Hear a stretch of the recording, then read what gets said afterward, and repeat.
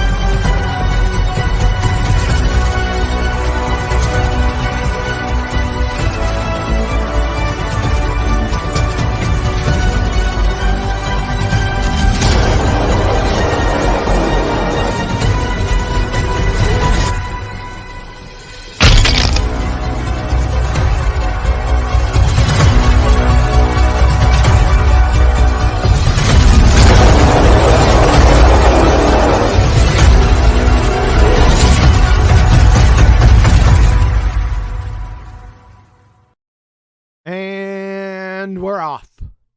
How's it going out there, guys? If you'd like to support this channel, there are PayPal and Patreon links in the info box below. Got a great one lined up for you today. Let's see who we got on the panel. The distinguished Nathan Oakley, sir. How are you? I'm very well. It's good to be here talking about science again. Couldn't be more excited. Yes, sir. We have the Adam Meakin. Good evening. I've just fulfilled my admin duties. Mitchell was waiting for the link. I just checked, but I think he's just joined us actually. So just Great. checking where Radio check. Radio check. Damn. Radio check. Mitchell from Australia. Good morning, good afternoon, good evening, guys. I'm here. Thank you, Adam, for letting me know this in Discord. It's a pleasure, bro. Didn't I let you know that this was in Discord? You may have. I've got my wires crossed. I was waiting for like a Google Meet link or something, but all good. I'm here. Let's do this thing. Can you tell us what time it is? I already know what time it is. I checked. What time it is it where you're at? It's a warm and tasty 5 a.m. I looked at it today. I said, oh, God. Yeah. I actually had a dream that I missed it, and you were so pissed off at me, and I was never coming back again.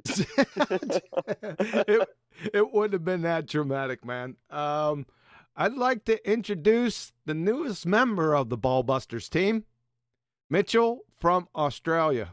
Welcome, sir. Thank you, mate. Glad to be here. Really excited. Can you tell us a little bit about yourself? Well, yeah, I'm from Australia, obviously. As per the name, Australia definitely does exist. I'm running a flat Earth school which is just the school that is around us 24/7 since the beginning of existence on my channel. Every day I'm going out doing live streams, just detailing and describing and making some observations about our beautiful flat Earth around us. That's pretty much me in a nutshell at the moment. And you're running a flat Earth school, and that's well, we'll deal with that at the end. Just the highlights of.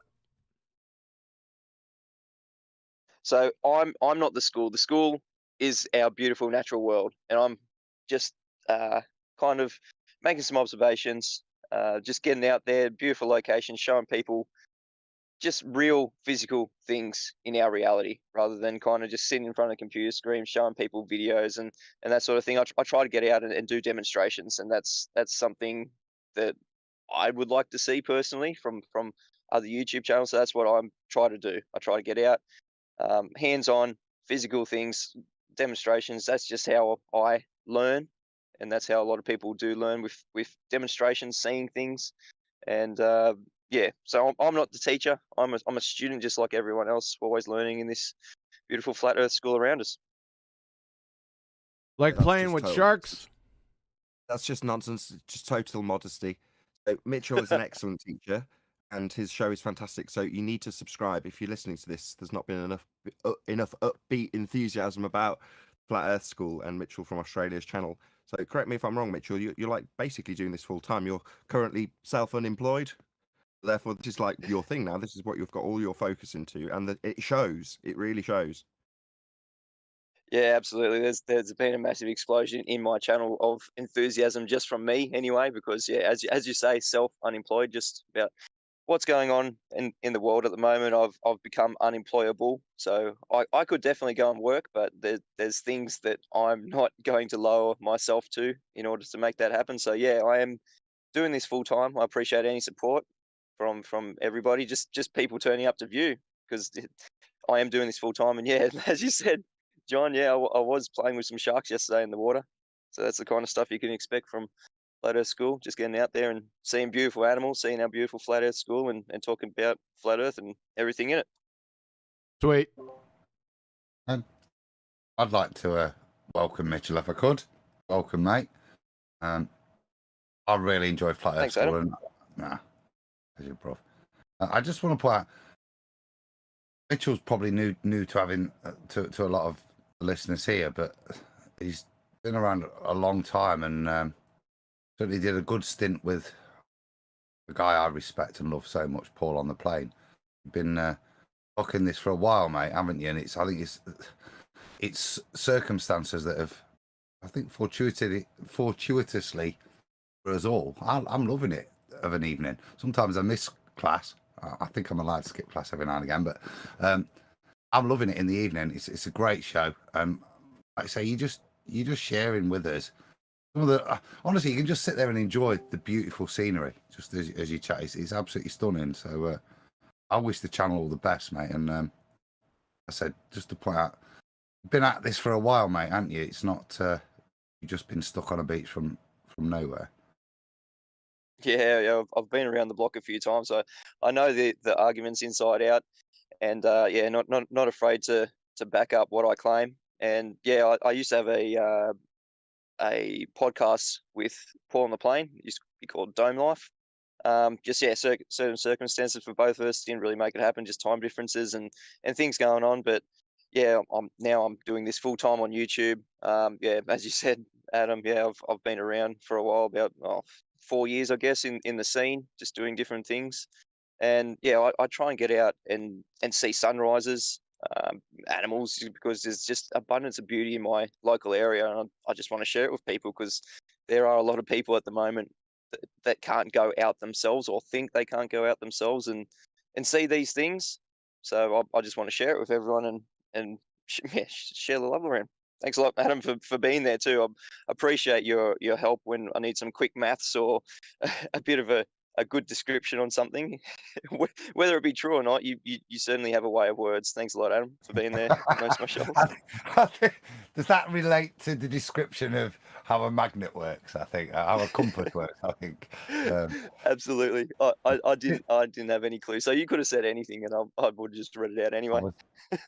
The point I was alluding to there was actually to Nathan, who was in the chat as well. I was just saying, look, it's definitely true because I just made it up myself just now, and that it just so it proved it was true.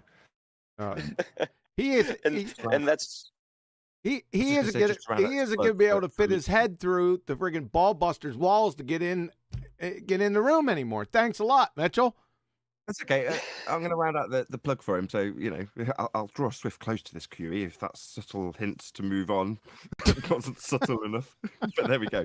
So, yeah, I want to praise the type of production as well, because without anybody actually, if you're not subscribed or you're not watching Flat Earth School at the moment on the Mitchell from Australia YouTube channel, then I want to give you an idea of what to expect, because there's been some hints about sharks and things like that.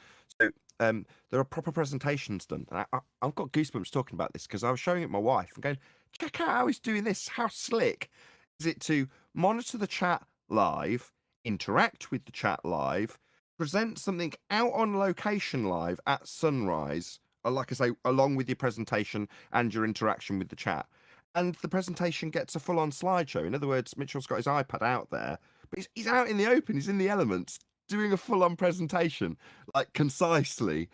The camera with it set up in such a way that there's no glare on the iPad and you can see it, and his hand steady, he's calm, he's presenting this all lot. My hat is off to you. I'm slightly in awe. I don't think I could do what you do. I love that. I like seeing things that I think I couldn't do that. That's amazing. So my hat's off to you. Go and subscribe. Check out Mitchell from Australia's channel. Watch Flat Earth School. I'm going to schedule the Uncut and After show, by the way, Mitchell, so it doesn't overlap. So I'll push that an hour so that it's not overlapping. So typically, if you were watching Flat Earth Debate at 9 p.m. UK time, which is when Flat Earth School goes out, which is 6 a.m., something like that, sunrise in Australia. Now that'll go forward an hour, so there might be 5 or 10 minutes overlap. But either way, just so anybody knows, if you know when the Flat Earth Debate Uncut and After show was, that's when Mitchell from Australia goes live, just so you know. Appreciate that, Nathan. that little scheduling. Yeah, I was going to bring that up. I was going to say, do you want me to change my time? But yeah, if you're willing, thanks, mate. And yeah, now that makes 2 of us, Adam. Our heads are definitely not going to be able to fit through this door to get in here. No, it's not. I can't reschedule that. It's a replay of something that's gone out to members and is going out to the public for the first time at an obscure time, right? Whereas on your stream at sunrise, you've got sharks in the water. So I think it's me that should be rescheduling and not you. 'Cause, you know, you get those times. I think I have that more than my time slot. Yeah, that's correct. Yeah. Just Thanks, to be a mate. pain in the ball. If I could jump in for a sec. Oh, chocolate. All right, bro. All right, go ahead. Good afternoon, everybody.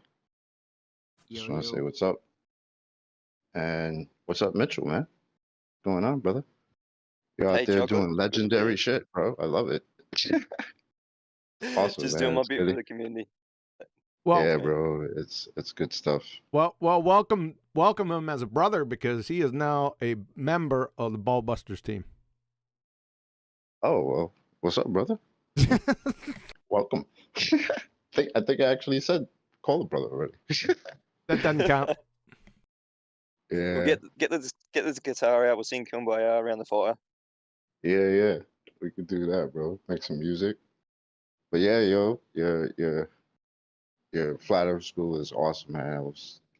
I was actually watching it the other day while I was driving. You had the sun out there, and I'm like, I had the sun over here, and I'm just like, wow, man, that's so cool that he's supposed to be where he's supposed to be on a ball. But yeah, here we are, both looking at the sun, and it's dope. And he's doing it live, and it's fucking awesome. So yeah, man, kudos to you. Keep doing what you're doing, and yeah, welcome. Thanks, mate. Appreciate it. Yeah, brother. Arwen, you want to gush over Mitchell too? Oh, Mitchell. No.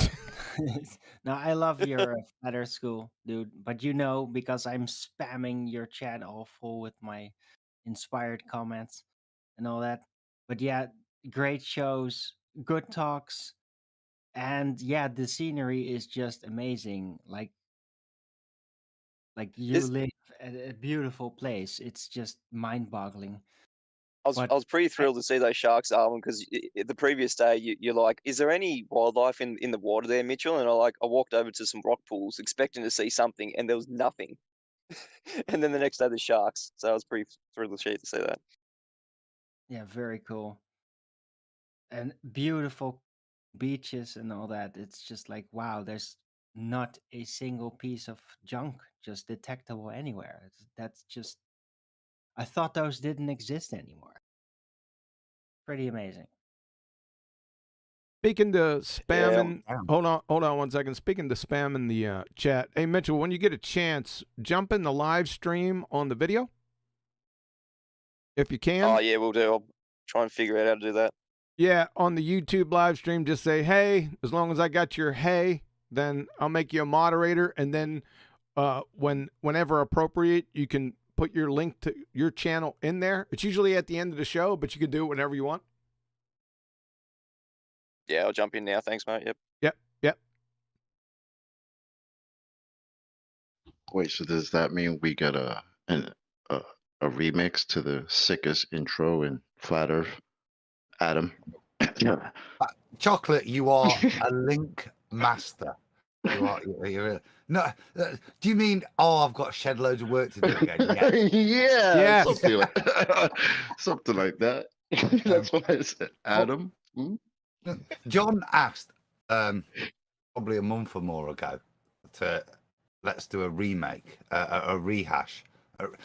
Maybe the what's the woke word? You know you snowflake. Is it to reimagine? I don't do woke.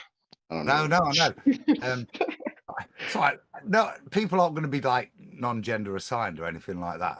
But I've got to completely redo it. And as I've said to him, I need a new muse. The last one was kind of like a little bit superheroes stroke gladiators, which was you'd have had that in the 90s, gladiators. It was that kind of vibe. So I want to ask everybody in chat, or anyone, what kind of theme or vibe should the new intro have? So I'm looking for a little bit of inspiration. So yeah, if you can help, or anyone. Spider-Man. Yeah. Just Spider-Man. Okay. What does the winner get, Adam? Well, as I said, when I've wrote it, they can have a signed copy of my autobiography. You know, Adam, not for nothing. I had this song stuck in my head the other day, and I'm thinking, and this was like for a good while. I don't know why, but the song just kept playing again and again in my head. And I'm like, what the hell superhero movie am I singing in my head right now?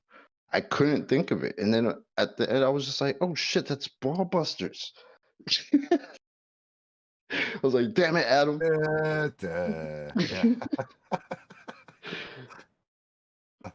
Well, that was the point of that one. It was superheroes. Yeah. Please help. Feedback, John. Nathan, you're feeding back. You ain't got feedback from me. I was on mute. That's Nathan. I was just saying you've got feedback, John, on your show. I wasn't blaming you, mate. Yeah. I reckon it was Nathan. Was that Nathan? It's probably Nathan. Yeah, probably. The line was on mute. It's just Discord does that time to time. All right. Let's take a shout out for a super chat from you, Daddy. Or you, Dada. 2 statisticians on a plane. Do you know the probability we have a BOMB? 1 in 2 billion. And 2 BOMBS that are unrelated. That's impossible. Correct. That's why I'm always flying with the BOMB. Thanks a lot, you daddy.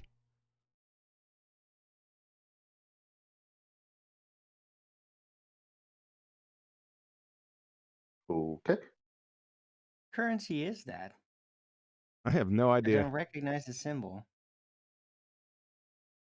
What the hell does woke mean? Well, if I was to quote President Trump, Everything woke turns to shit, which is probably the best way of understanding. Basically, yes. Woke is all about white noise privilege. White privilege. No, No, white it's noise. kind of it's all that CRT nonsense, all the taking of a knee, footballers to show racial injustice to fight for it. These multi-million-pound people. I'm totally confused. Fighting for racial injustice. But not really, are they? They're doing it from a, like I said, a CRT perspective. So it's more CRT? like social, critical race theory. So, you know, just because I'm white, I'm empowered in so many ways. Yeah. That I should be apologetic for it, and society should adjust its way of treating with people differently. To take that into account, that simple fact that my lack of melanin enables me in so many other ways. It's the most racist theory you'll ever hear, because basically it describes black people as inferior, which is what's great to see America Is that waking really up. what woke means? I can't quite believe my ears. Really? Yeah, basically, I think it's the Ku Klux Klan have rebanded themselves, took 20 years to get in there and convince everybody that this new way of equality, which under the skin describes people of color, whatever, it doesn't have to be black, it can be Asian. Well, this is the sticky point with it when you get to Asians and Indian Asian, yeah, because they ruin the statistics in terms of white privilege and racism of maths and things like that. But under the skin, yeah, the basic premise that's there is to imply that black people need help because they're inferior in some way.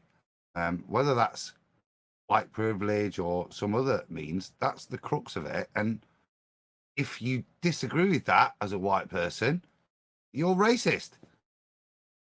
Okay. I'm sorry, QE. I know we're going to talk about science slightly in the show at some point, but you also mentioned about gender assignment when you mentioned woke. Where does that tie in then? I have no idea about any of this stuff. I don't get And your exposed to media. identity. How dare you, Nathan? Get with the times, man. This is ridiculous social constructs that you need to remember because it's more important than everything, if you believe what they say about it. I'm asking. You're not one of those Philistines, are you, that think gender's based on your chromosomes and the mix of the two, so there could only be two genders? Yeah. Apparently, that's the old and busted now. Yeah, You could woke, just say, Nathan. I leave the house. When you wake up, man, I leave the house. I identify as a cat. I could just do that, and I should be allowed to do that because I'm all woke, right? I've been awakened woke. from. That's being woke. It's Okay. retarded, man. It's the bro. Be glad you don't even know what the hell it is. It's when just I- retarded. when I say- Warmer, a lot of people start identifying with horses these days, if you believe media. To clarify with Adam, when I say that as a black Muslim Jewish woman, and this is going to be highly problematic, I'm actually taking the mickey out of the woke. Right? Yes. Correct. That's why Exactly. it's I mean- weird that you ask what is it when you do you play around with it. That's hilarious. That's exactly what you're doing. You're being woke. I'm not Nathan Oakley. I'm a black helicopter from like a Muslim helicopter. And that's what I want. Excuse That's what I me, don't choose call me to identify myself as today. Don't call me It's a Jewish ridiculous. Muslim We're losing helicopter. viewers. Highly problematic.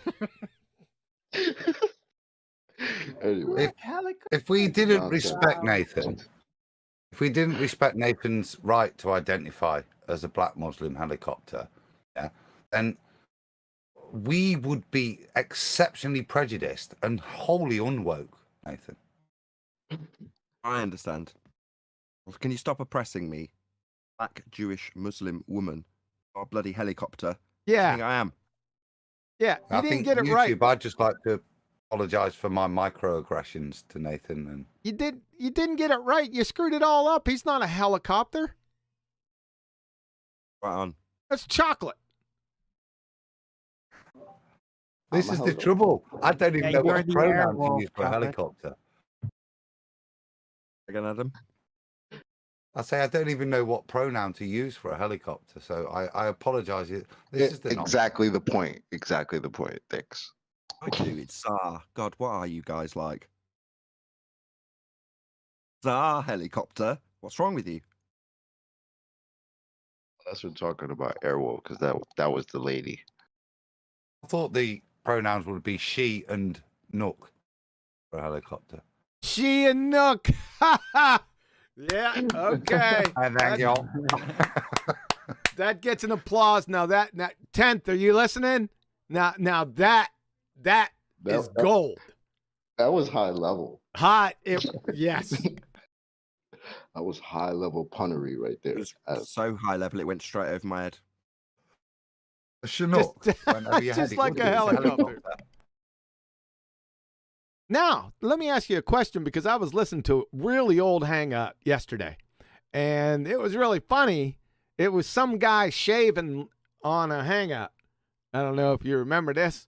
And he said that when the helicopter goes straight up and it hovers, that it's actually rotating with the earth. So the helicopter has angular velocity. So does your Jewish helicopter have, or I'm sorry, Chocolate, what do you identify as? Chocolate. What are you talking about? I thought you were the helicopter. No, he's as an example, man. Oh, jeez. Stop. Are you telling me you can't draw out some absurdity from someone identifying as quote-unquote chocolate? I think you can draw the absurdity out of that without much difficulty. Chocolate saying hello. Giant gorilla Oh. monster wants to see a moon and all that. Where's your tail, Chocolate? We better recover this, Mitchell. We're not usually like this. This is just one of those times, man. Where else would you go for conversations like this? This is pretty cool. Exactly what I expected. I'm We'll sure fight it for was. chocolate's right to identify as candy. We're like this when we're waiting for Glovers. What else you do? We got to entertain ourselves somehow. We don't get any globe proof, do we? Nope. Matter of fact, Especially we're not being any- told how flat it is. So yeah, keep going with that. They're giving us arguments for us. We don't even have to do it anymore. In case anybody's unaware, the absolute gem that is, at best you have debunked the radius, is as a direct result of the Black Swan being parroted to Mr. Sensible by Mitchell. In case you didn't know how we got that quote, it's because of Mitchell. In case people didn't know where it came from.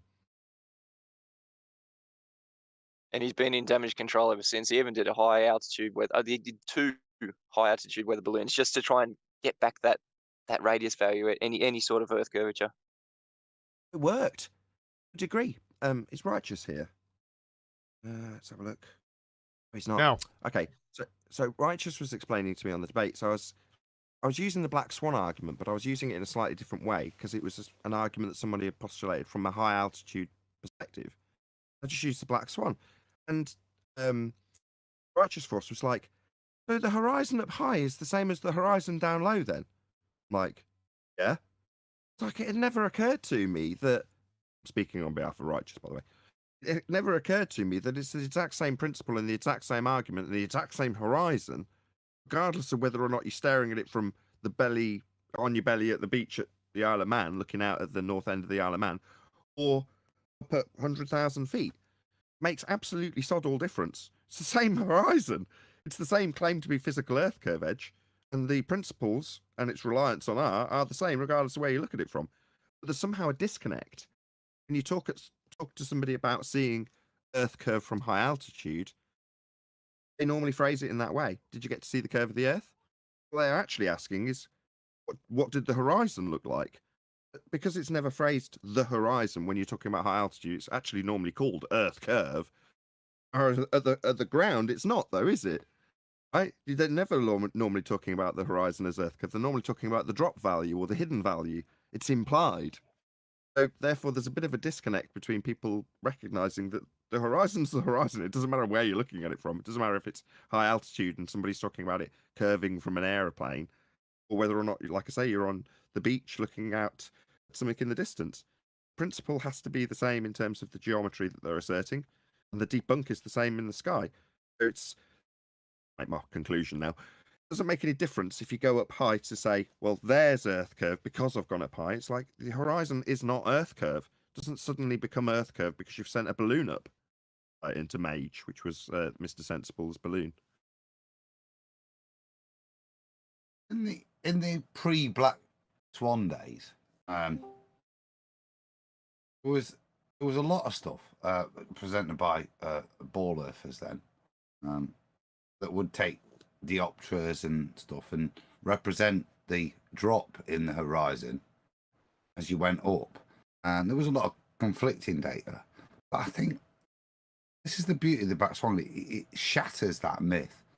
It destroys you, allowing you to think like that. Sometimes if I go up, then maybe, you know what I mean. And it absolutely destroys that myth that the horizon is anything other than just an optical dissolution point across a flat plane. It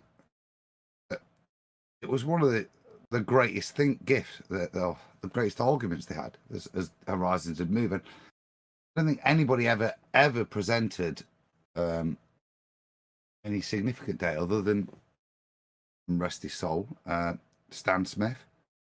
Did a lot of work with this in the early days with horizons on balloons and stuff, and showing that even as he went up in altitude, there was a drop in the horizon, then there was a rise in the horizon, then there was a drop in the horizon, and there was, there was nothing particular link. There was no correlation, I should say, between altitude and the horizon distance, other than that expected. But when you got to great distances and similar great altitudes, you would still get different horizons based on different locations, etc. And so that for me, back then, you were still looking at that and pondering it and not comprehending it. But the beauty of the Black Swan is it destroys any myth that you could have with regards to what the hell the horizon is.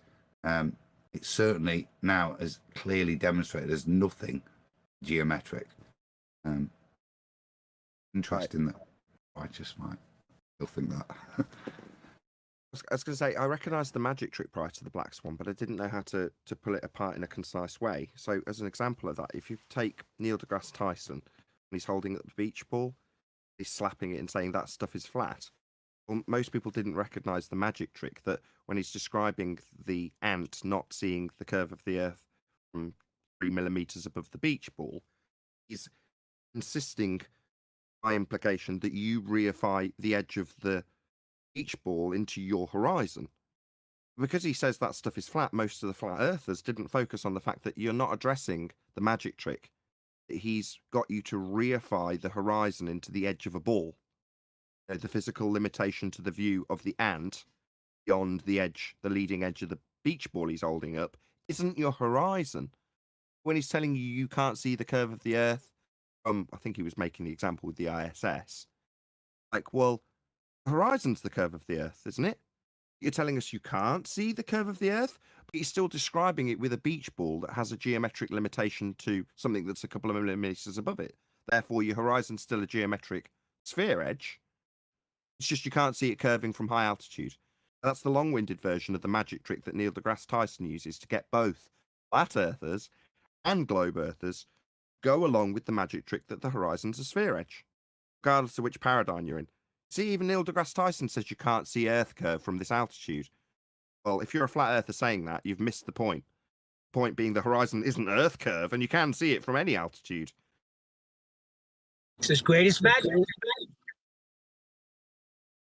Hey, everybody. Brian? And Brian. What up, Brian? Hey, lads. I think the question really, there's only one question: is the horizon optical or geometric? We all know the answer to that. Yeah. So that's the end of the argument, as far as whether it's a globe or not, isn't it? That's the end of that. Can I say something real quick? Yeah, I would say so. Not my show, but go ahead.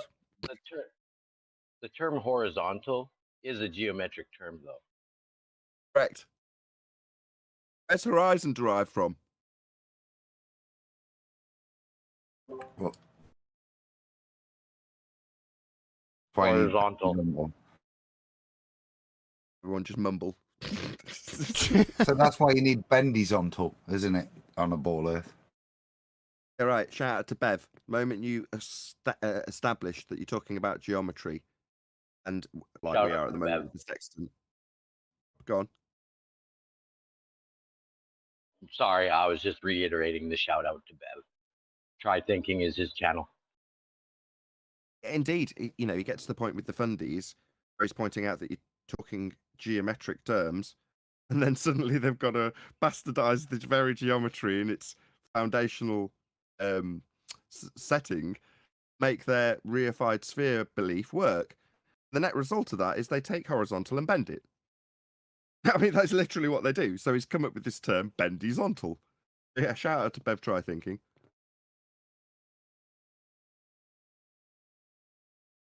It's like what they do with a lot Why of would things. you guys They expect to try see to this redefine. geometry? Sorry. All right, one at a Sorry, time. Adam. We got Go ahead, Chocolate. Hold up. Chocolate, go ahead, and then Adam right after Chocolate.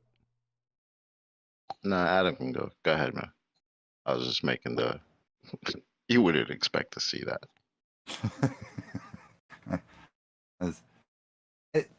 It's like what they do in a lot of the debate we have with this now. Okay, so that's clever there. These actually reinvented a word that parodies the ridiculous of what they're saying with regards to the historically defined and geometrically defined, in this case, term horizontal. You can't put horizontal on a ball. It creates that tangent. Shout out, Eli. See you there. It creates that tangent when you stick it on a ball. That's the point of it. It's horizontal. And that's what they try to do, is take well-defined words and ask you to, and I realized to the piss taking of the woke. They ask you to reimagine. Hey, turn. Nathan, got some feedback from you, sir. There you go. Go ahead, Adam. Well, that's the point. That in the ballers world, in the woke world, yeah, horizontal, right, has to be reimagined. It can't be defined by geometry anymore. Yeah, our understanding. It's got to be defined by a belief of being on a ball. Horizontal isn't a straight line. Horizontal is something that runs equidistant from the center of a sphere, which is not the definition of horizontal. Hence, bendizontal.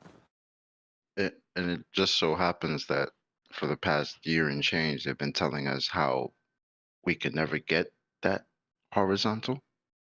We can never. Everything's bending all over the place. Refraction. That was a weak ass.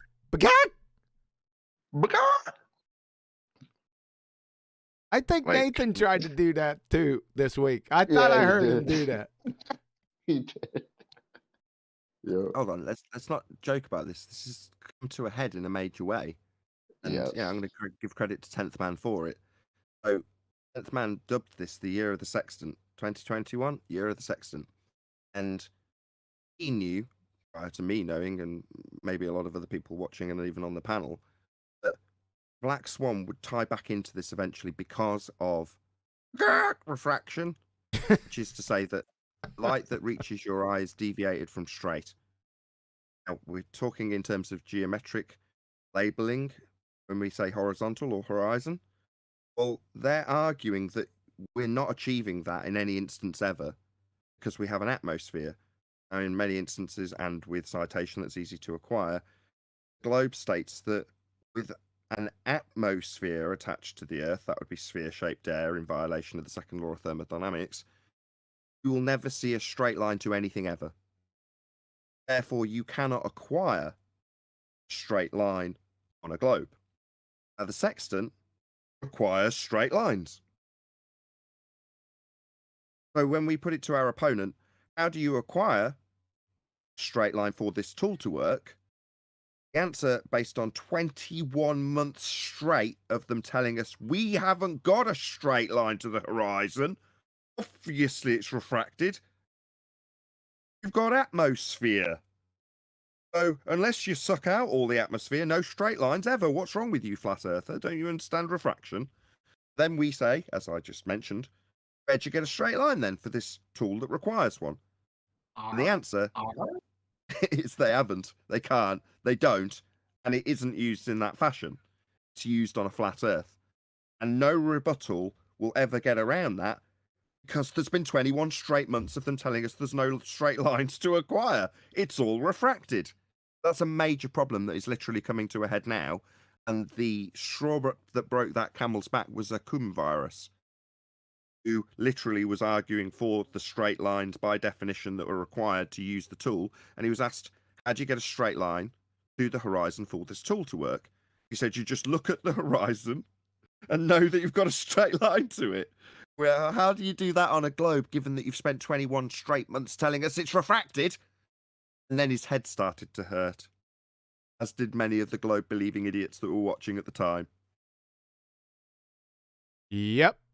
And they're coming out with some ridiculous stuff. I just seen a diagram yesterday because everyone's saying you need the 90 degrees, as Elijah would say, you need a corner pocket. And now they're making the 90-degree angle their zenith point down to them as their 90 degrees. I'm sitting there, are you guys on some type of hallucinogenic drugs? You're not the GP, baltards. That's where they're making their 90-degree. Have you seen this? Has anyone seen this? That doesn't give them 90 either. What?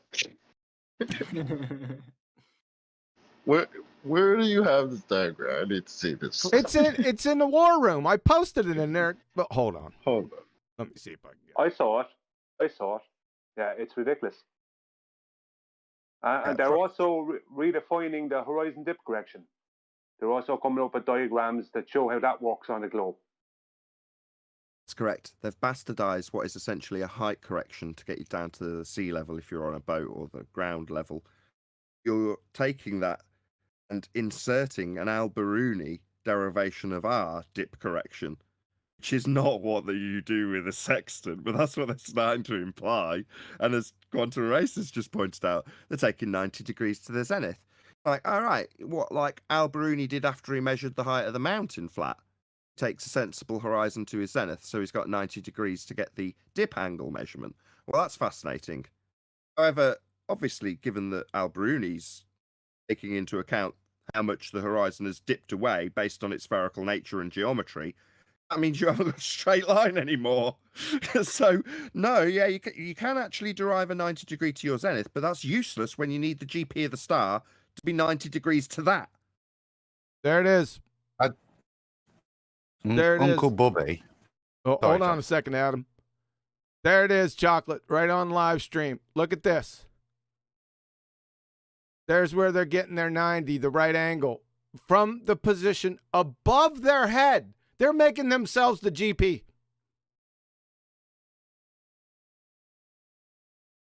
What kind of buffoonery is this? This is buffoonery on a mammoth level. This is Larry, the fantasy geodicist. See his numpty clip, by the way. It's a belly laugher. Are you a moron, sir? You're a moron. Point blank. So there you go, folks. There's his 90 degrees right above, directly above his position, out to this horizontal. And then you got two dip angles, this dip angle to the horizon, then the other dip angle. What in the world is this, sir? You clown. What? Yeah. Horizon is in the middle of the sky. Didn't you know that? Yeah. Unbelievable. There you go. Can I blow If you take... Hold on, just 1 sec. I just want to blow a bit of smoke at Quantum Erasers' ass just for a second. Although I've given credit to 10th Man for dubbing this the Year of the Sextant, the Year of the Sextant wouldn't have happened without the Year of the Black Swan, which was 2020. Now, I'm going to just make this absolutely plain. Quantum Eraser laid this trap within the Black Swan. So, as much as it's frustrating to people in the aftermath as we make this clear, we've been saying this all along. Huey handpicked a picture that included bendy cranes so that you, the opponent, who are idiots, would say refraction. You didn't expect it to be so juicy that you'd say it for 21 straight months. So that when it's really cemented so solidly in your anti-flat earth rhetoric that there's no straight lines. And then when we say, how'd you get a straight line then? What are you going to do? Like I say, Quantum Racer knew this, and embarrassing for me 2 or 3 weeks after the Black Swan came out, I had to ask, can't you just use this picture that's further horizon with no bendy cranes? I just keep saying refraction, I said, like an idiot. And the reply I got from Quantum Racer was, that's what I want them to say.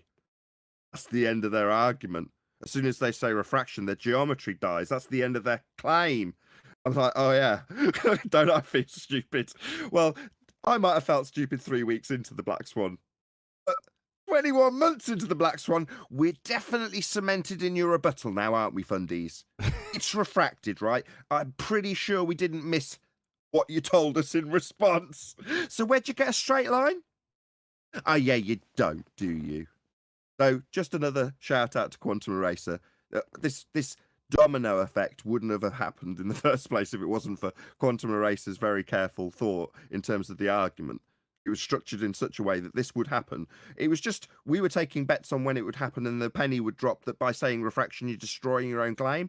We just didn't expect 21 months for it to be a point that we could make it with this sextant argument, where it's so glaringly obvious because in argument, as was found out by a cum virus, when you asked for a straight line, having spent 21 months telling everyone that it's refracted, you haven't got one anymore, which is a big problem if you're a Fundy Globe believer. It's so devious, isn't it? You got to be. Like I say, I felt stupid when I asked. Because when you explained it to me, no, I need them to say refraction because that is the death nail. That's the last nail in the coffin. That's the end of the argument. Yep. Because as soon as they say that by geometry, their claim is a geometric claim. There's a claim we've got geometric physical obstruction to things in the distance, and there's a drop value based on that geometry, dependent on the horizon being Earth curve. Well, that physical geometric claim goes to hell as soon as you say refracted. It's absolutely genius. Well, thank you. And it got worse, and they started asking us why in the hell would we expect to see this thing that's been blocking boats and buildings for years and years. Yeah. Just to let everyone know, just for the record, as soon as the Black Swan codified, about a microsecond later, the sextant popped into my mind, right? And I started snickering to myself. Now, I myself never use a sextant. I'm not a squid. I'm a landlubber. I was an army guy. But I understood the concept behind it. And one of those days, it was shortly after the Black Swan, we were all in a meeting, and 10th Man was in there, and I said, sextant. And I couldn't see him, but I could tell because there was silence. And then I knew it got his attention, and I knew it was the end. He was going to chew that bone until there was nothing left to it. So shout out to 10th. You ballers are dead. It's been over for a long time, ever since 2015. Essentially, we all know this. But you're twice and 3 times dead. It's like shooting hippos in a fishbowl now. So thank you very much, and you're welcome. Brian wanted to get something in, I think, just before I'm going to segue us back into the presentation, hopefully. But Brian, did you want to add something?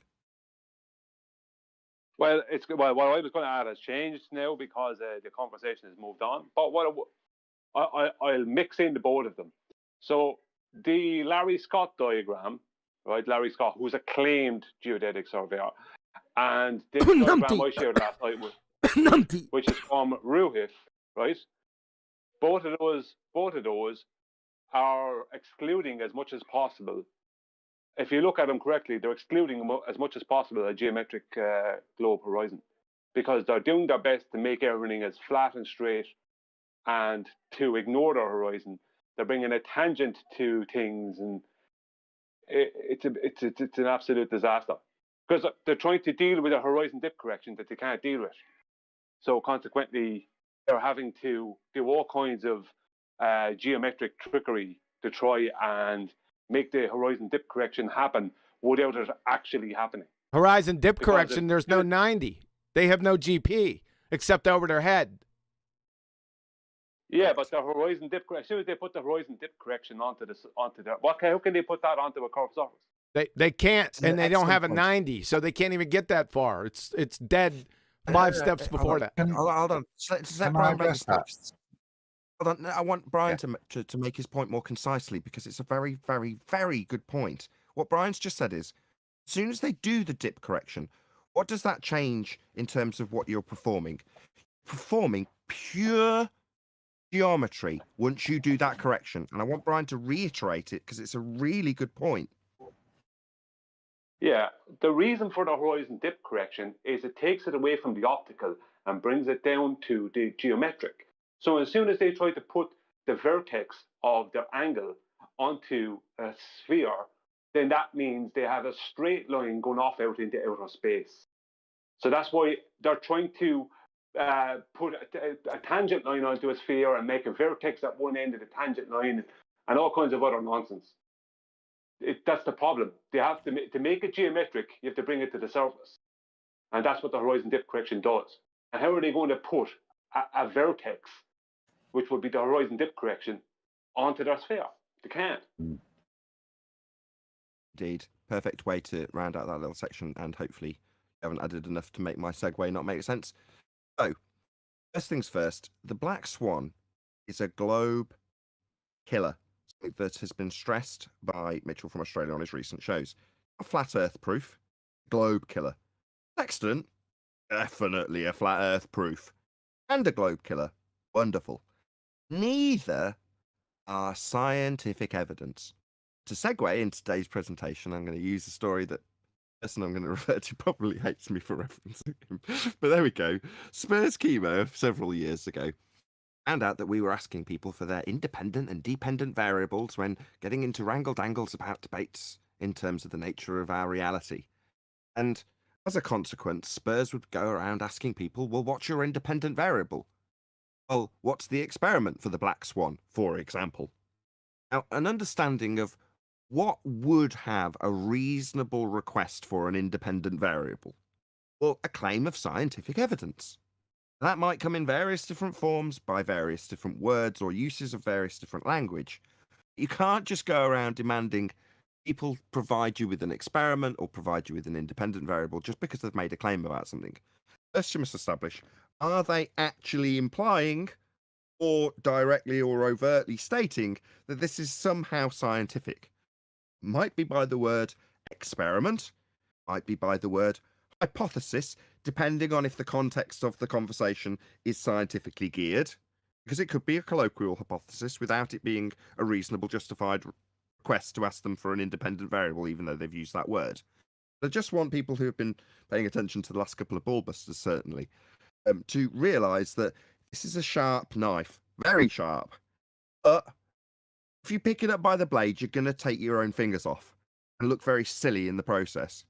Understanding when a scientific claim has actually been made for you to ask for the scientific method process to be applied to it, and in the process take that apart, you've got to know if a scientific claim's actually been made in the first place, so you don't look silly by asking for an independent variable.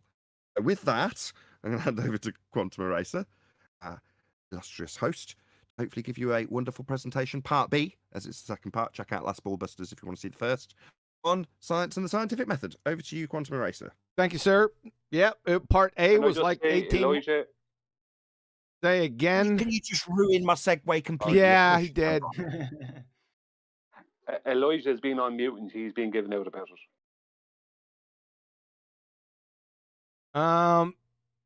it. His mic was back feeding, so that's why he's Okay, I'm just relaying it. Just relaying the message. We're just joking in Skype. Okay, without I can edit all of that out when I publish this. So, without further ado, over to our illustrious host, Quantum Eraser, for a part B of the presentation on science and the scientific method. Like it never happened. Yeah, thanks, guys. Yeah, like I was saying, before I get it on here, I think it was 8 or 10 weeks ago we did part A. Sorry about that. I had to go on vacation. We won't get into that. We're not going to do a review. If you want to find out what we did in part A, you've heard it a number of times. If anyone's new, just hit up the science education playlist, and you're in like Flint. But what I do want to say is, and what I do want to stress, since it's my scientific method now, the scientific method distinguishes science from other forms of explanation because of its requirement of systematic experimentation. That is, without this, you don't have this. So, without experimentation, you don't have science. Period. End of story. To have an experiment, you need a hypothesis. To have at least a 50% viable scientific hypothesis, you need the first step of the scientific method. Observe a natural phenomena. So, essentially, the scientific method, everyone's been saying that, QE's scientific method, his 4-step method, his 6-step method. No, it's 3. There are 3 indispensable steps of the scientific method. All the actual science disciplines use these 3 steps, right? I don't care what else you put around them. You can put a whole bunch of flowers and gummy bears around it, but you must have natural phenomena observed. You must have the hypothesis, and you must have validated experiment. End of story. Hope everyone understands it. It's that easy. So let's talk a little bit about the first step. This is pretty important. Like I said, 50% of the hypothesis of your hypothesis comes from this first step. It's your dependent variable.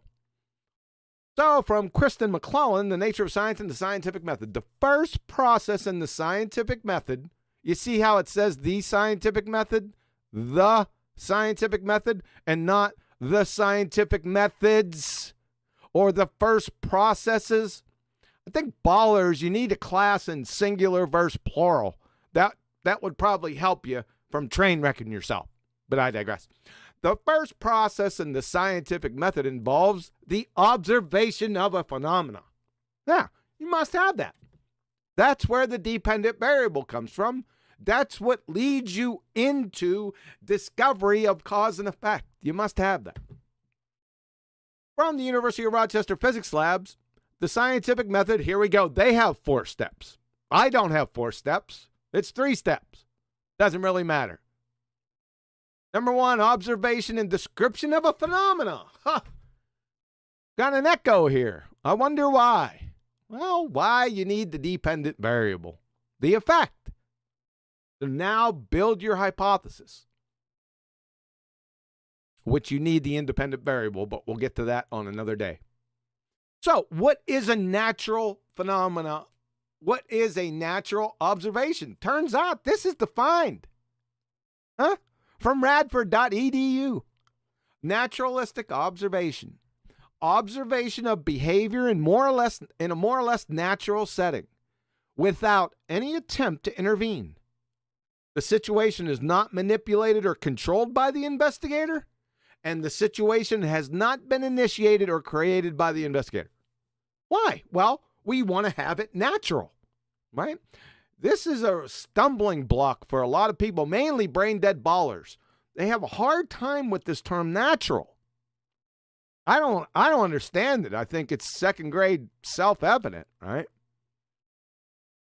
From Niels Bohr, no phenomena is a phenomena unless it is an observed phenomena.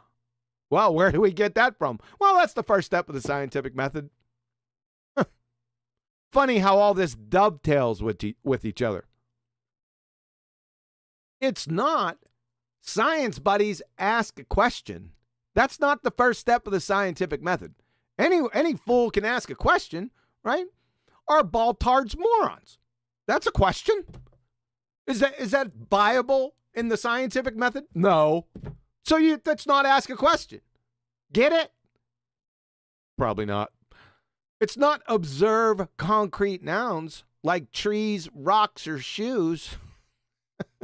Those aren't effects. Those are concrete nouns. Dependent variables are effects. The natural phenomena observed has to be an effect. It has to be an action. Something happening, an occurrence, a circumstance. And it's definitely not conjure phenomena. Black holes, dark matter, multiverses, or singularities, and you can go on and on. Right? You can't do that. Right? You didn't observe the natural phenomena, so it's not going to fit. You're going to come crashing down at hypothesis. But we'll get into that. We're going to get into experiment and hypothesis on another day. I want to concentrate on this because, like I said, this is a real stumbling block, mainly for brain-dead baltards. They just don't seem to get this part. So, natural. What is that? So, from Merriam-Webster, natural, the natural world. All of the animals, plants, and other things existing in nature and not made or caused by people. I think I knew this. I didn't have to go into the definitions of this. I think I knew this when I was like, I don't know, 7, 8 years old. I could tell the difference between something natural and something synthetic or man-made or artificial. We'll get into that here in a couple minutes. There's clear delineations here. So from Oxford Dictionary's natural, existing in or derived from nature, not made or caused by humankind. Sounds like an echo, doesn't it? From vocabulary.com, natural, something that comes from nature rather than being made or being man-made. You see the juxtaposition. It's got nature on one side and man-made on the other. There's a clear distinction, juxtaposition, and delineation there. And that's for a reason, because they're different. From Cambridge, natural, from nature, not artificial or involving anything man-made or caused by people. This is, I don't know what else to do here. You guys tell me on how you want me to differentiate this. I don't know. It's one of those well does to me. Baltards, you're toast. You see, the antonym for natural is synthetic, right? Antonym meaning the opposite. So what is synthetic? From Merriam-Webster, man-made. That's what it is. Manufactured, created, or constructed by human beings. Specifically synthetic. From Nielsen, Peter, from natural, synthetic, artificial, DNA, PNA, and xeno, NA, or XNA. Listen closely. As in all scientific communication, precise language is essential for giving and receiving messages correctly. That right there is an important statement by itself. We went over why in part A. All right? Precise language. Language must be precise in science. Thus, artificial would generally mean something not found in nature, and synthetic would mean something that is man-made. To make a chemistry analogy, chemically synthesized B12 vitamin would not be considered artificial as it is chemically, analytically, and functionally indistinguishable from naturally isolated B12 vitamin. But it is not natural either. That means obtained from nature. It is synthetic. Get it? It's a darn shame that I would have to go over this. Right? I do this as a courtesy for new flat earthers out there. So what I'm trying to say, we're going to get here into more delineation so you can see it better. That this is a slam dunk. Well, duh. Right? Even their pseudoscience priests know the difference. They don't. So their ad hoc, feebly conjured, made-up bollocks, the only choices are natural or supernatural, is belly laughed and pummeled into the incoherent oblivion. You see, what these numpties do is they made this plan together, right? And whenever flat earthers come within earshot, they'll bring up some object and say, is this supernatural? A baseball? right? That's what they'll do. And they'll train wreck themselves. Because they say that there are only two choices, supernatural and natural. Well, if it's not supernatural, then it must be natural, right? That's I'm speechless. I don't get it. Point of order, ladies and gentlemen of the jury. Like I said, the difference between natural and synthetic can be reconciled in less than 2 friggin' seconds by any semi-coherent third grader. Not with baltards. They can't do it. So now that we've identified two categories, natural and synthetic. Oh, by the way, artificial is underneath synthetic. All right, artificial. An ice sculpture is artificial. Something like something carved out of wood is artificial. That's the difference. It's still man-made. It's just a subcategory under synthetic. Are there any commonalities between these two? Each has one or more of the following: chemical formula or structure, charge, matter, momentum, or spin, millielectron volts, kcals, or kilojoules. You see these categories? This is what they call matter or energy. All right? Everyone's got that. The actual situation is not a dichotomy. It's a trichotomy. That's where they screw up when they hatch their plan. And then when they spring their plan on unsuspecting people who can fog them here, and they get jacked yard. The ballers do. The actual situation, like I said, is a trichotomy. It's natural versus synthetic versus supernatural. That is, everything that exists in our reality, can fit in these three categories. Anything you bring up, we can put it in one of these three categories. So natural, as we already went over above, all the animals, plants, and other things existing in nature and not made or caused by people. Synthetic is anything man-made. Supernatural, super means above. So it's above the natural. That is, it's immaterial. It's without matter or energy. And you say, oh, what the heck is that? Well, we have a bunch of things that are supernatural that exist in this reality. Why? Information, time, and thoughts. You can't give me chemical formula or structure, charge, matter, momentum, or spin, or millielectron volts, kcals, or kilojoules for any of these three. But they exist. Follow? I thought you might. Physical and natural, that's trees, water, light, frogs, and sulfur. Man-made, Cheerios, barbecue grills, shoes, headphones, and Indy cars. I'm going to camp out right here. I always like to camp out here just to rub it in and just to stop. Maybe people have some comments that they want to share. So, floor is open. Yeah, for me, it's so important to know when to use the application of science, the method, because it is just a method. And we homeschool, so we've got 3 kids homeschooling at the moment, and they ask me constantly. They see ads on TV like for an Energizer battery for tires that claims scientifically it's been proven to be better than something else. They say, Dad, is this really science? And I say, well, what is it? What is science? Is the physical and natural world. Can you show me a natural battery or a natural tire? And that's the end of that scientific evidence. It is not scientific if it is not physical and natural.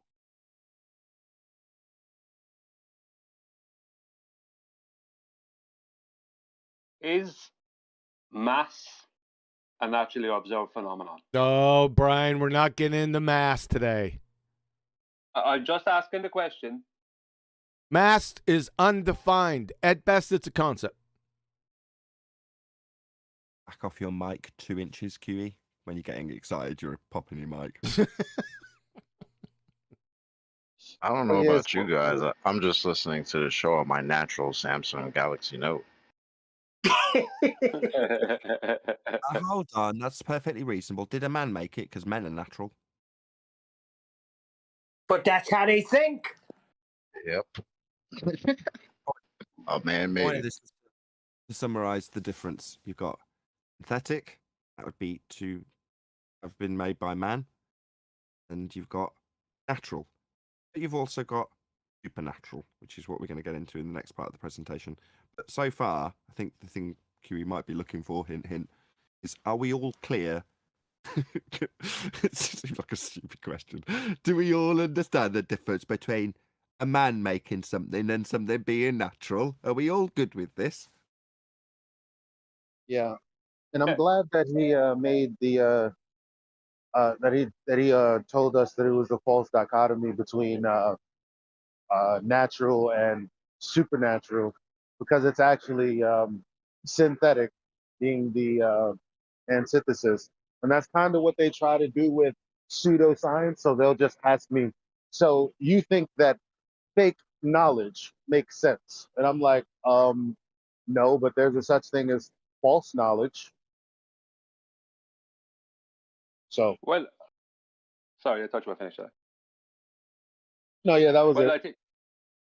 Okay, thanks. I think the only important question for any claims coming from our opposition side is, where do I observe your dependent variable in nature? Because if they can't show you that, then they don't have a dependent variable, not for natural science. Right, that's what What distinguishes. use is false knowledge? Confusion. Yeah. I know that if I put my hand in this glass of water, it won't make me levitate. It's good to know.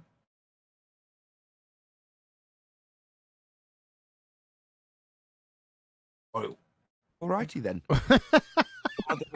we Cool. won't I'm levitate. curious. Just go back to Brian's point a second, which is to say, the step one is where we're at now in terms of, well, what would be the problem with step one, dependent variable observation of natural phenomena being something man-made? What's the inherent problem with that? Anybody at all? Not rhetorical. Well, it's a cause and effect relationship. Sorry, Mitchell. I was just detailing that it's a cause and effect relationship. So if you've got something that is man-made, you don't need to inquire what the cause is anymore. The man has made it. No scientific inquiry needed. Precisely. If you've got a man-made effect, an explosion that's been created by a man, you go, oh, I wonder what caused that. Well, a man made it.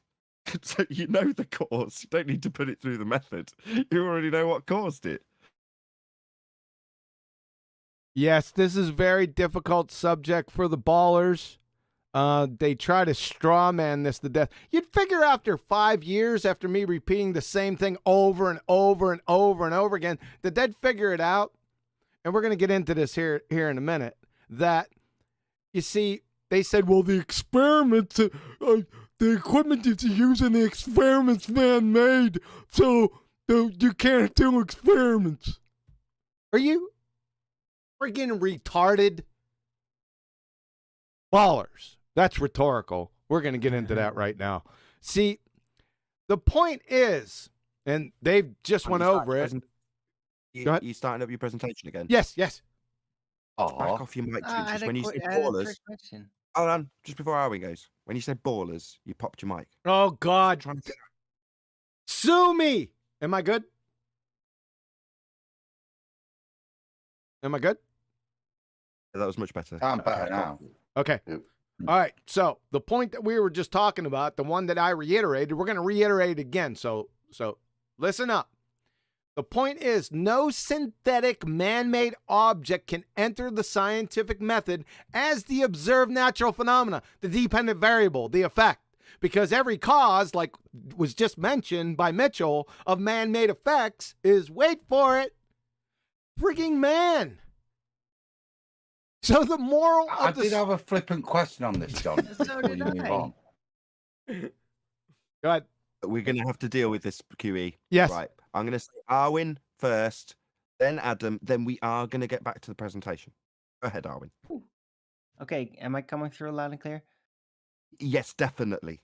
All right. So my trick question is, so what if a man makes a computer robot assembly device that could make an object by its own self-made design? It wouldn't be man-made because the man made the object that then made another object, and that object wouldn't be man-made. It would. let me Yeah, let me let me just respond before. stress out, and then we go to Adam. Hold on. Right, Yeah. you're applying an infinite regress fallacy to whether or not something's man-made or synthetic. Yeah, it is synthetic. Just because a man made the machine doesn't mean if the machine suddenly got your hypothetical sentience that it doesn't mean the machine wasn't man-made first. Man made the machine makes something else. It doesn't mean that what the machine made is natural. That's just kicking the can down the road. Adam, go ahead. All right. There are points to this. I think both me and Arwin are triggered for the same reason, and I'd like to draw this distinction, probably in a crude way. My dog farts, right, and I can science that. There are ways of applying certain bits of science to it. Can I science that? Oh, I thought I was going to thank you for that, and then we were going to move on. Let me finish, because the point I'm making is that the term man-made is correct. It's not means it doesn't involve man, and man doesn't is involved in the natural world. It's things that men construct, or mankind constructs. That's the issue, not a function of man as well. That was my only. It's a subtle distinction, but I think it needs to be made when you. The problem is you've raising more questions than you're answering. I mean, if the guy, if you went up to your dog and gave it a little squeeze, right, would that still be natural? No. Yes, some of it would be, but the point of ejection, or the primary cause for ejection, would probably be gastric constriction caused by man at that point. But we could science some of the other stuff. Yeah, you could actually science that bit, because there's a bit of gas pressure at play there. So but the point being is that the underlying cause there, in that case, is man. You caused it. That's wrong. I'm trying to separate the two. That's what I'm saying, from more It's biological. a rare occasion, rare chance to actually correct something. No, what you'd be doing if you squeezed the dog, if you're you said natural phenomena would be the dog passing gas. Right? Yeah, that's true. Yeah. Right. Well, then you went on to describe the cause of that gastric constriction. You said, well, that would be a cause. Well, if you've manipulated what you assume to be the cause by squeezing the dog, actually you're performing an experiment. Well, that's when I said you could science it with regards to containment of gas pressure. But the reason dogs fart isn't because humans squeeze them. This is out of hand, man. You compromised. Remember this? Oh, I don't have it up. 1 second. All right. Remember when we went over what a natural observed phenomenon was? Let me read it again to you. Naturalistic observation. Observation of behavior in a more or less natural setting without any attempt to intervene. The situation is not manipulated or controlled by the investigator, number one. Number two, the situation has not been initiated or created by the investigator. You just compromise those. No, because in the natural world, humans squeeze dogs. It's natural. I have to disagree. You induced the effect there. So you weren't the observer. You were the inducer. So you were involved. So I'm with Quantum Eraser on this. You damn, the 5A, you inducer, you. You are correct up until the point, unless you want to say after that squeeze, that little cuddle that naturally occurs between master and dog, yeah? After that point, you can science what happens after there. But you've applied pressure. So you can then talk about gas pressure and its containment and natural effects and the shape of the digestive system and how that affects gas flow and pressure. So you could science it after that fact, but fundamentally, it wouldn't be, well, it would be natural, because like I say, loving your dog is natural. Yeah, but dogs squeeze themselves. Yeah, but that's right, it's natural occurring behavior. Please. Right, Brian's been the voice of reason for the second time on this show. Yeah, he's right. It's not a naturally occurring phenomenon unless you've watched it occurring naturally. That's the bottom line here, and QE's defined it a moment ago. So can we dispense with the nonsense, funny though it is now? Have you ever tried this?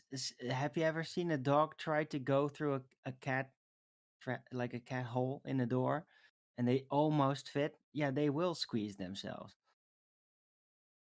Natural phenomena of dogs getting caught in cat flaps. Okay, let's move on.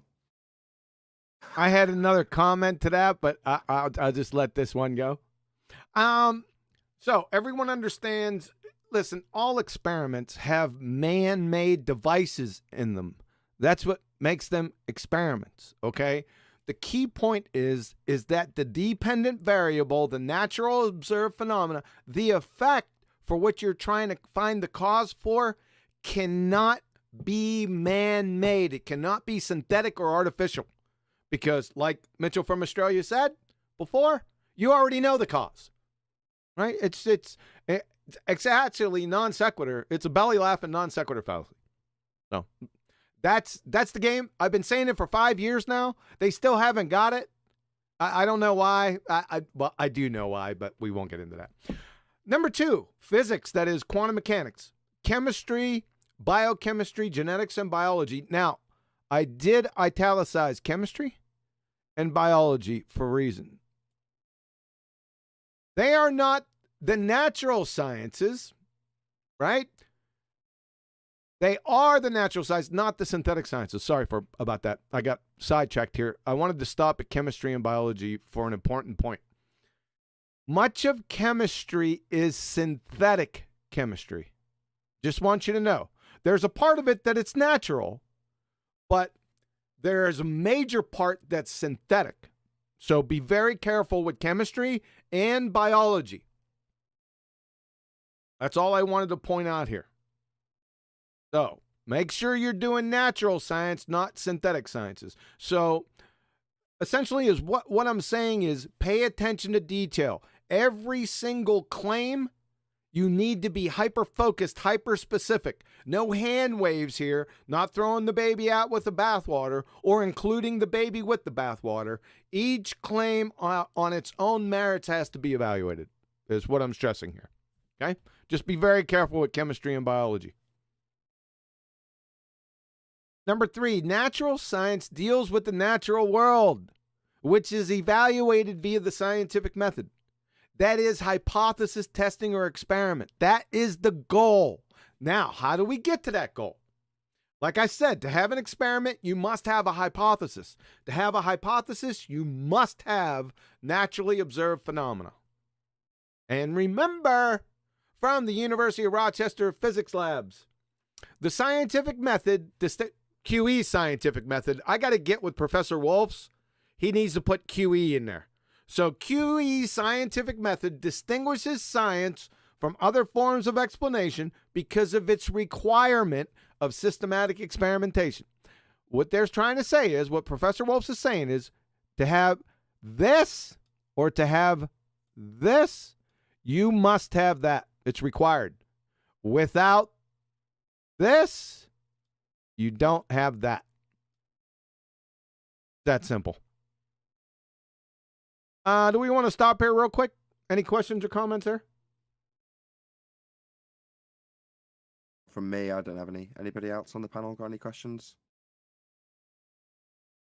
Well, what Kiwi is saying basically is vitamin C intake through eating an orange is natural, whereas vitamin C intake through vitamin C tablets is synthetic. I don't know that I was particularly saying that, but you have synthetic vitamins and you have natural vitamins, yes. Well, I don't want to speak for you, but just nylon. with you. I Go think ahead. that's a confusing one to use as the exemplar, I think. Example for what?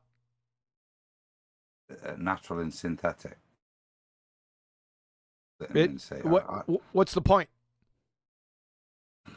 I'd stick something like nylon in if I was going to give an example of synthetic sciences. So sciences that are synthetic in their nature, but I think vitamins can be a bit confusing. No, you have some synthetic vitamins and you have naturally occurring. I just went over that in the main identification or delineation between natural and synthetic. So that's fine. There's no confusion there. Depends on your question. We're going to get to that here in a second. Good. We'll get to it right now then. Let's keep it simple. We got a 2-step algo. Step 1, if you think something's science, this is what you got to ask yourself. Is the inquiry concerning nature or a man-made object? If it's B, then it isn't a valid scientific inquiry. You just drop it. If it's A, you continue to step 2. Step 2 is the inquiry cause and effect how, why question or what is question. If it's B, then it isn't a valid scientific inquiry. If it's A, then proceed to the first step of the scientific method. That's the simplest algo I can come up with. It follows, it makes sense, it's stepwise, and highly intuitive, I think. Remember, scientific hypothesis, we need that to get to the king. Experiment. You can't get to an experiment without a hypothesis, because an experiment is a hypothesis test. So the scientific hypothesis, like I said, is your experiment statement. It expresses a testable proposed cause and effect relationship. The phenomena that was observed in step 1, and it has your dependent variable in it. Now you're creating a predictional supposition with your independent variable. That's what a hypothesis is. It's as simple as that. It's not anything else. From Sean Carroll, California Institute of Technology physicist Sean Carroll arguing in The Edge that hypotheses aren't simply useful tools in some potentially outmoded vision of science. They are the whole point. So, even one of the king pseudoscientists in the world, at least he got this right. He's correct. They're the whole point. Because without that, you can't get to the experiment. You need the hypothesis. So all this talk about the scientific method doesn't exist and it's QE scientific method and you can do whatever you want. The scientific method that doesn't exist is idiosyncratic. No. You need the hypothesis. That it's a must-have. And a scientific hypothesis has a specific meaning. It's not an amoeba or an orangutan. From Lowell C., Becoming a Successful Scientist. Cambridge University Press. A scientific hypothesis is based on cause and effect reasoning. A scientific hypothesis does not merely state X and Y may be related, but explains why they are related. From Drexel.edu, the scientific method is hypothesis-driven. Duh. One makes an educated guess to explain a cause and effect relationship. The educated guess part is the independent variable. It's your predictional supposition. It's not just you. If I ask you what's a scientific hypothesis and you say a guess, I'm going to slap you. It's not just a guess. From Anne-Marie Helmestein, PhD Biomedical Sciences, a hypothesis is an educated guess based on observation. It's a prediction of cause and effect. You see, it has more parts to the definition than just a guess or an educated guess. If you give me just a guess, that's incomplete, therefore it's wrong. Just that simple. Scientific hypothesis again from Colorado State. Scientific hypothesis, a special kind of prediction that forecasts how the independent variable will affect the dependent variable. Too easy. From the University of North Carolina, Chapel Hill. In an experiment, the independent variable is a variable that is varied or manipulated by the researcher. The dependent variable is the response that is measured. An independent variable is the presumed cause, whereas the dependent variable is the presumed effect. The IV is the antecedent, whereas the DV is the consequent. Very simple, very easy to understand. Okay? We're going to get more into the nuts and bolts of scientific hypotheses in the next science presentation, part C. So, let's take a look at a couple examples here. Are these valid scientific inquiries? That is, valid scientific hypotheses. These are actual ones that I heard ballers say, so I just wrote them down and put them in the presentation. So, Globetard Goober number 1. We want to study whether salmon go back to the same spot they spawned from. So, remember the two-step algo. Let's apply it to this statement. Step 1 is the inquiry concerning A, nature, or B, man-made object. Remember I already said if it's B, then it isn't a valid scientific inquiry. If it's A, continue to step 2. Now, what's this talking about? Salmon. Now, do man make salmon? No. So this is a natural inquiry. It passed that first step. Step 2 is the inquiry A, cause and effect, how I question, or B, a what is question. We want to study whether salmon go back to the same spot they spawned from. This, ladies and gentlemen, is a what is question. It's B.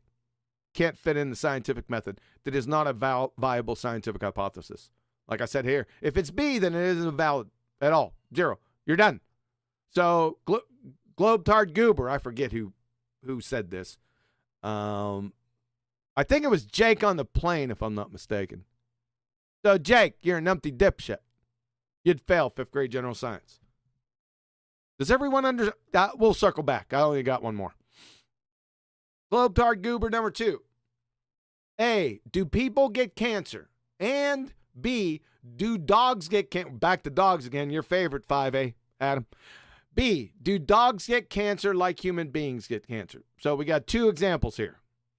All right. Do people get cancer? Let's go through the algo. Is the inquiry concerning nature or B, a man-made object? Cancer. Does man make cancer? No. It's a natural process.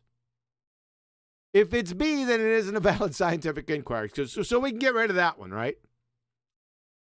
Step 2, is the inquiry A, cause and effect, how I question, or B, a what is question? Do people get cancer? Is that a cause and effect, how I question, or a what is question? What is question? So it's done. Let's go with B. Do dogs get cancer like human beings get cancer? Again, it's a natural phenomenon, right? We have no problems with step 1. Step 2, is the inquiry a cause and effect, how I question, or B, a what is question? We have another what is question, right? This is not a cause and effect, how I question. Therefore, it's invalid as a scientific hypothesis. See how I did that? Pretty easy. Questions and comments on this. I think this is pretty important. It's a good little, call it, process. Yes, it's an algo. Algo. Yeah, it's good. You know, it's simple and it's perfect for people who are like, okay, what do I need to actually apply here in order to ascertain whether or not I'm dealing with a scientific question or not? In this case, the person's literally postulating that this could or couldn't be science. Am I right in the context?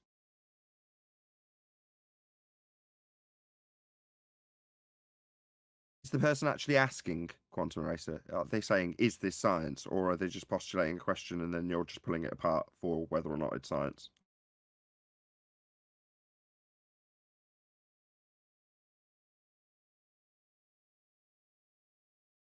Tap. Hang on. Hello? Temporarily lost Quantum Eraser. I'll just go around the panel finding out if everyone else understands what's been I explained. can speak for him again if you want. Sorry. Yeah, go ahead. You've been the voice of reason so far, Brian. Go ahead. I wasn't listening to the last section enough, so I can't speak on it. Sorry about that. That is not what I wanted to be confessed to on the first round. Yeah, you might as well go for it because that's the last part of the presentation for today. Is it really? Yeah, it is. Oh, okay. Yeah. Sorry about that. I should have I should have said something, but I didn't. I had something else on my mind. Sorry about that. I had to get up and check on something. But yep, that's the last part. Well, in that case, I think it's only appropriate that you go down the panel taking people off mute, asking them about their opinion on things. So I don't have to. Is that what you think I should do? I think so. I think it's only reasonable. Well, hell, then I'll let me do it then. All right, we got almost exactly. How's it going, sir? Floor is yours. Yeah, all good, all good. How's everybody doing? Great show as always. I was in the chat earlier, in the main chat, and yeah, I was discussing the scientific method. And yeah, with one of the Globers who was asking, is throwing a ball and watching it fall down, is that a natural phenomenon?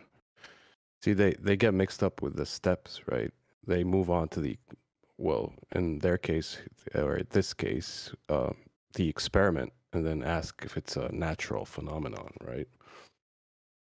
They skip steps, and that's the most important bit is to first, yeah, step one, observe a natural phenomenon, and you have to take them through the steps, and but they still don't get it.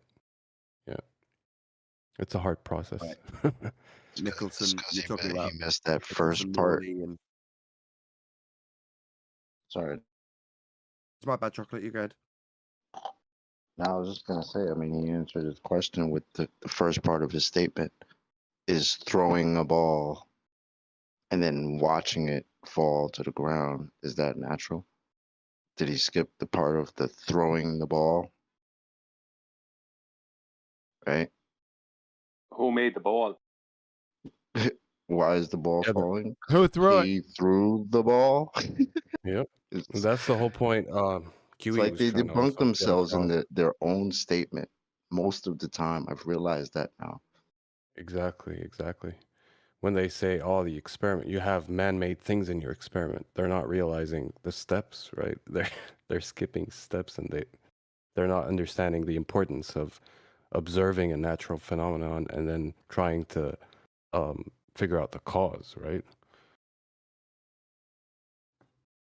Like you said it before, right? You're gonna have man-made things in the experiment. That's what makes it an experiment. You're the one that's gonna do it, right? You need things to do it.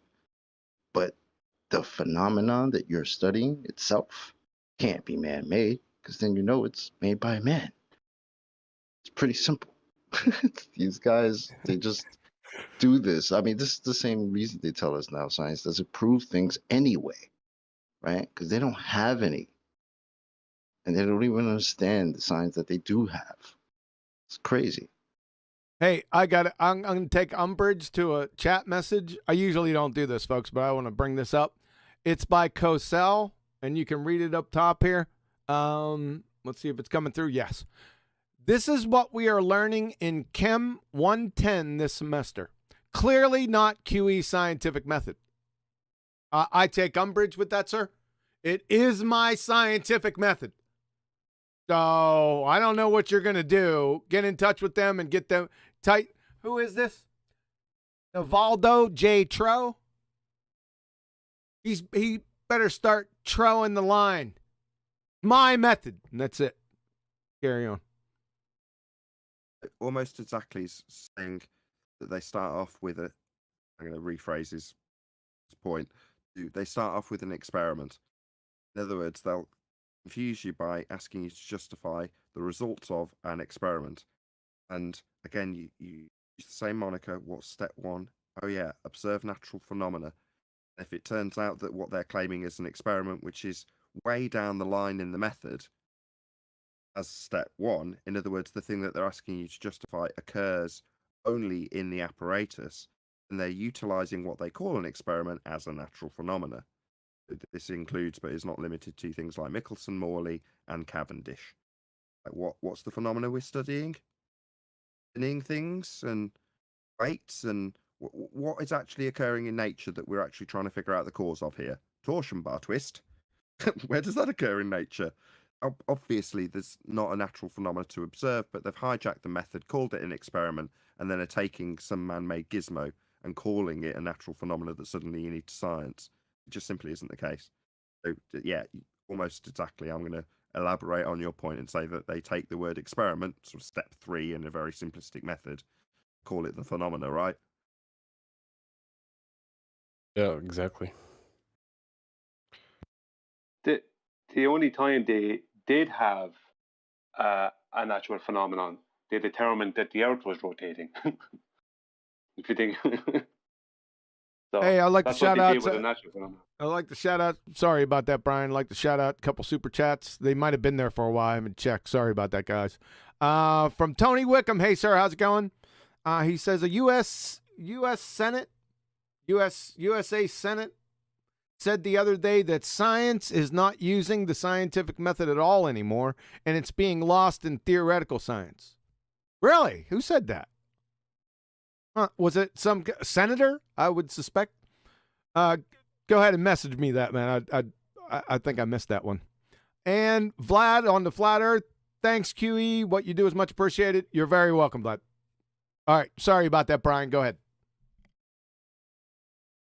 No, I didn't have much to say. Just saying that the one time they did have a natural phenomenon to observe, which was the apparent motion of the stars above us in the sky. They determined the Earth was rotating. So that's what they even deal with a natural phenomenon. Not that they could experiment with that, but they decided the Earth was rotating.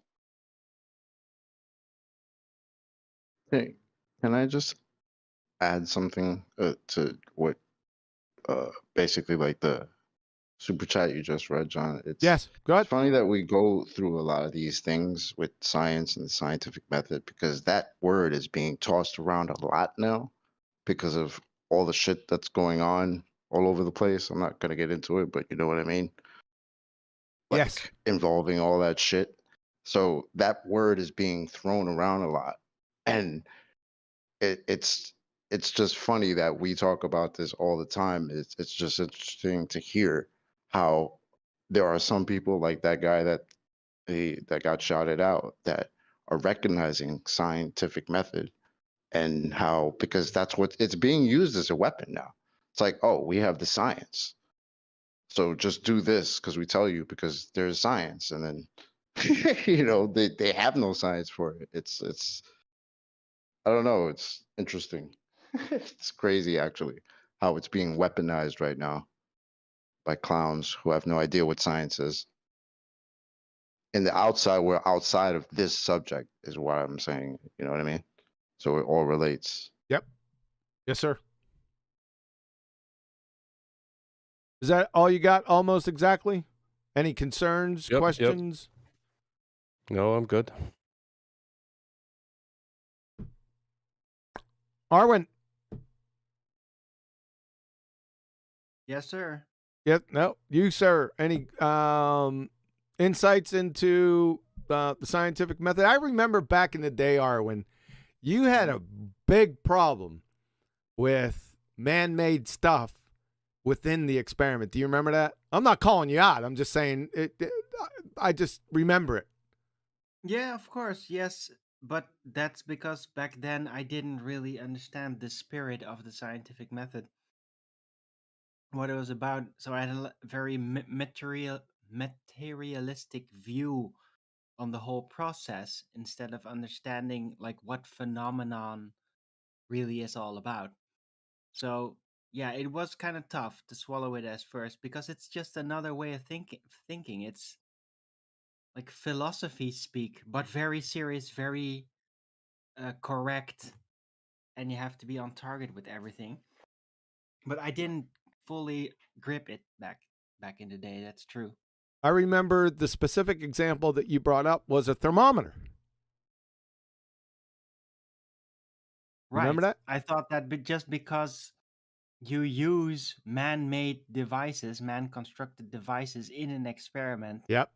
that would make it illegitimate. Not understanding that that specific thing only applies to the phenomenon in question. Precisely. You got it. Yep. Exactly. Yes, sir. Yep. Cool. See, a real life. It was a real life lesson, right? For everyone.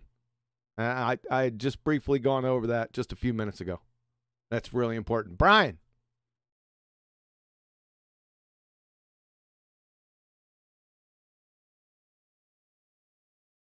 Hey, sorry about that. I didn't expect to be called. Yeah, I should have been watching. Arwen, then me. Well, it's very simple. It comes down to what's known in the scientific method as your dependent variable. For all the lay people out there, That's just a naturally observed phenomenon. So if anyone is telling you they have an experiment, ask them for the naturally observed phenomenon that was the basis of their experiment, and ask them where you can observe it. And if they can't show you that, then they don't have an experiment. They have a made-up thing. Precisely. Thanks, Kiwi. Precisely, Brian. Precisely. Start right off. Don't go to step B, step C, or step 4, step 5. Start right there. What is your dependent variable? That's exactly what you do. Couldn't said it any better myself. Thank you. Chocolate.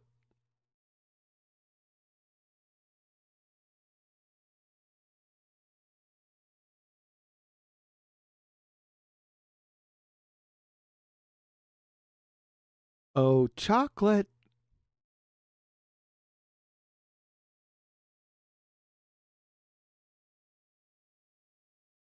Elijah. Yeah. It wasn't hard for me to understand this because I didn't know anything about any of this. Yeah, I fell asleep in science class. And so for me, this was a learning opportunity, which was why I was quiet for a long time, because I had to educate myself. So I saw arguments play out on both sides. And when the citations were provided, I had to look through everything and go, oh, yeah, this makes sense. Okay. And thank you guys. That's all. Appreciate it, Elijah. Mitchell. Yeah, thanks, QE. It's presentations like this that I find so educational because, as I said, we homeschool here at home. We've got 3 of our five kids educated at home, and I understand the scientific method. And the way I can describe it to them, I could go on for hours and hours. But it's presentations like this that makes it so concise that we can teach children this sort of. You've developed like a flow chart. If it's this, then go to here. If it's not, and go to here.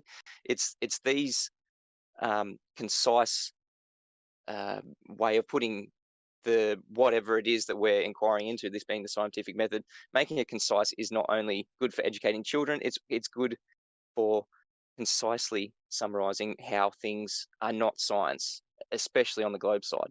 And that's what I get out of it so much. You can use it with educating children, and you can use it with just debunking a claim of science, and that's really important. Cool. Thanks, Mitchell. Our new member of the Ballbusters team, Mitchell from Australia. Neil. Hopefully Yes, you're not. sir. Hopefully you're not driving. No, stationary. Oh. Excellent. Keep it coming. Scientific method. Thanks, man. Observing humans.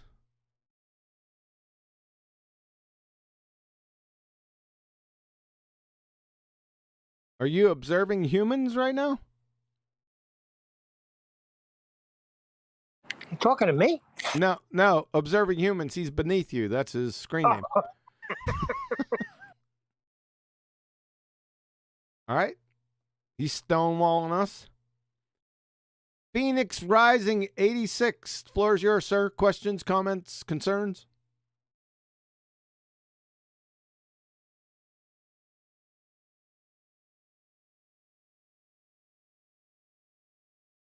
Don't be shy.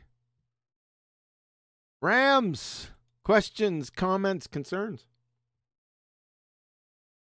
Yeah, I love the simplicity of the scientific method, and just how narrow it is actually what gives it its value, and it's why some of the ballers hate it so much, is because it makes what they want to do fairy tales and impossible to do within the method. So, yeah.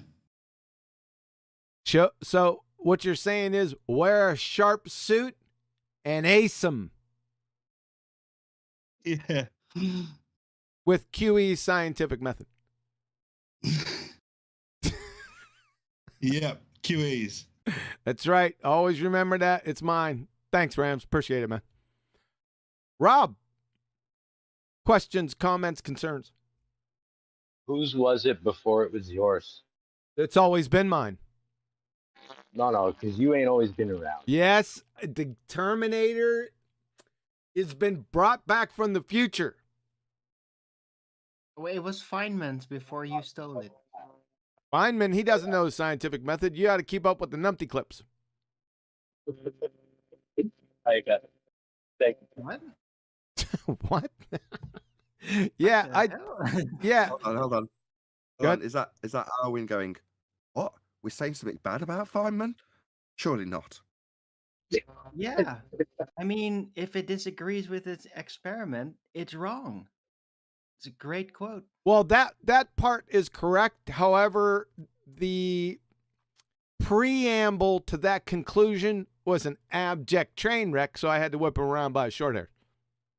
All right. Yeah, I've heard Feynman spit some pseudoscience a little bit here and there.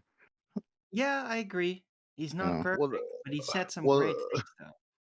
No, well, that lecture that you're talking about, like he's specifically talking about theoretical physics. So yeah, kind of poo-poo. I Well, there you mean, go. it's a great quote, but you know, in the grand scheme of things, the ballers try to use it for their purposes, and it's like, nah.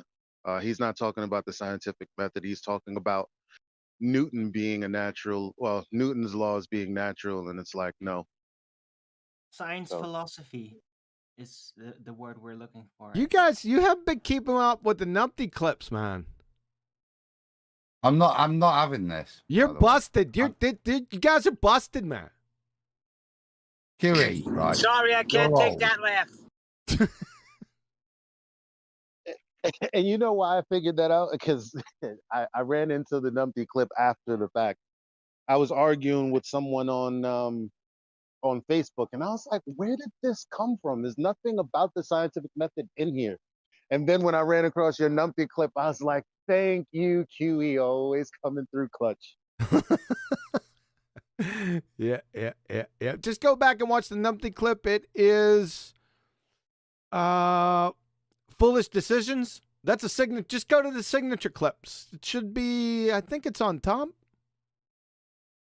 So Foolish Decisions, you'll see you'll hear a rendition. It's right in the beginning. Not right at the within 5 seconds, but it's in the beginning somewhere. Within the first 5 minutes, you'll hear it. Listen to it a couple times. You'll see where he train wrecks At least he's still better than Einstein, right? Owen, hold on. I sensed a tone of disdain in Adam's last attempted interruption. Adam, did you have something you wanted to add? What? I'm not having it though, because he's old, QE, isn't he? But he's not as old as Sir Francis Bacon. So I wouldn't credit him with the method. I'd credit him with giving people a slap round the face with a big wet fish to remind them of what, in a Monty Python-esque way, to remind them what the scientific method is. He's not an inventor, but it's an embarrassment to these ballers that turn up. And this is why they do this. QE's method. Because it is a big wet fish slapped around their faces to remind them of what the scientific method is. Invented, I think. Right, he was accredited to the first time to Bacon. But I think that's the reality. It's not an invention, and I'd love to credit it because he's a top man, and I give him so much kudos for so many things, but not the invention of the scientific method, but maybe the reminder of the embarrassment of what the ballers forgot. And and I agree with that. And you got to give him props because before he was running around slapping everybody with this big fish, right? They were all saying, "Oh, we have science that proves the globe. The body of science proves the globe." All the time. Like that's what people who are new into this subject, maybe you should go back and listen to the arguments and the debates that we've had with a lot of these people. They used to tell us all the time that we have science all over the place for this globe. You guys are science deniers, right? Until we started talking about scientific method and actually applying it to the crap that they would tell us. All of a sudden, over the years, the story started changing. Now science doesn't prove things. This is what they are telling us now. Scientific method doesn't exist, says one of these clowns. Same scientific method he was just talking about. So yeah, there you go.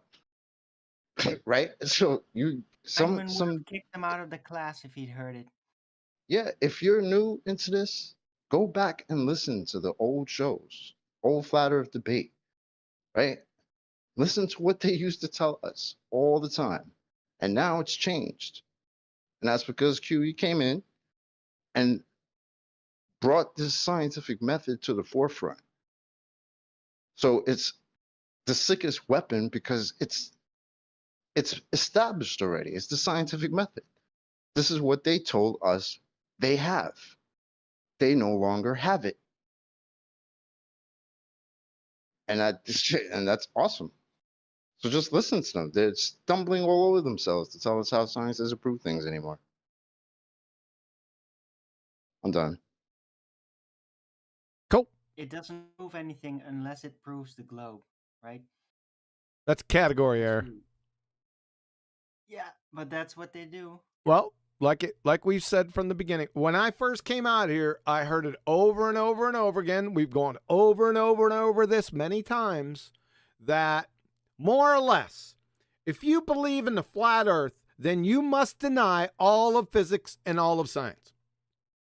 Meaning that they have scientific evidence for a globe. You see how that follows, right? So my first question to them is, and I've been doing it for the past week since I got back from vacation. It's pretty funny. So, but you know the routine. You've heard me say this many times. Interrupting conversations, about Wall Street or mushrooms. Give us one shred of scientific evidence for your spinning ball space monkey religion. Folks, ballers, you still haven't learned after 5 years. If the first words out of your mouth aren't, that question is malformed and it's a category error.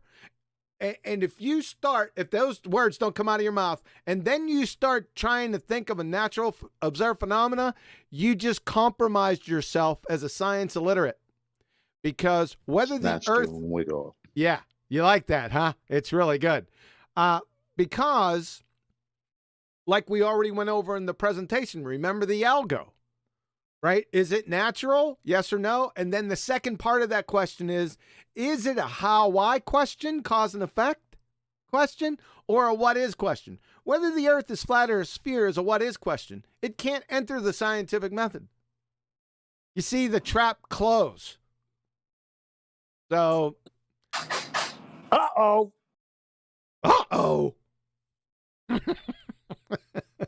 Yep. That's the game. All right, Rob. Anything else, Rob?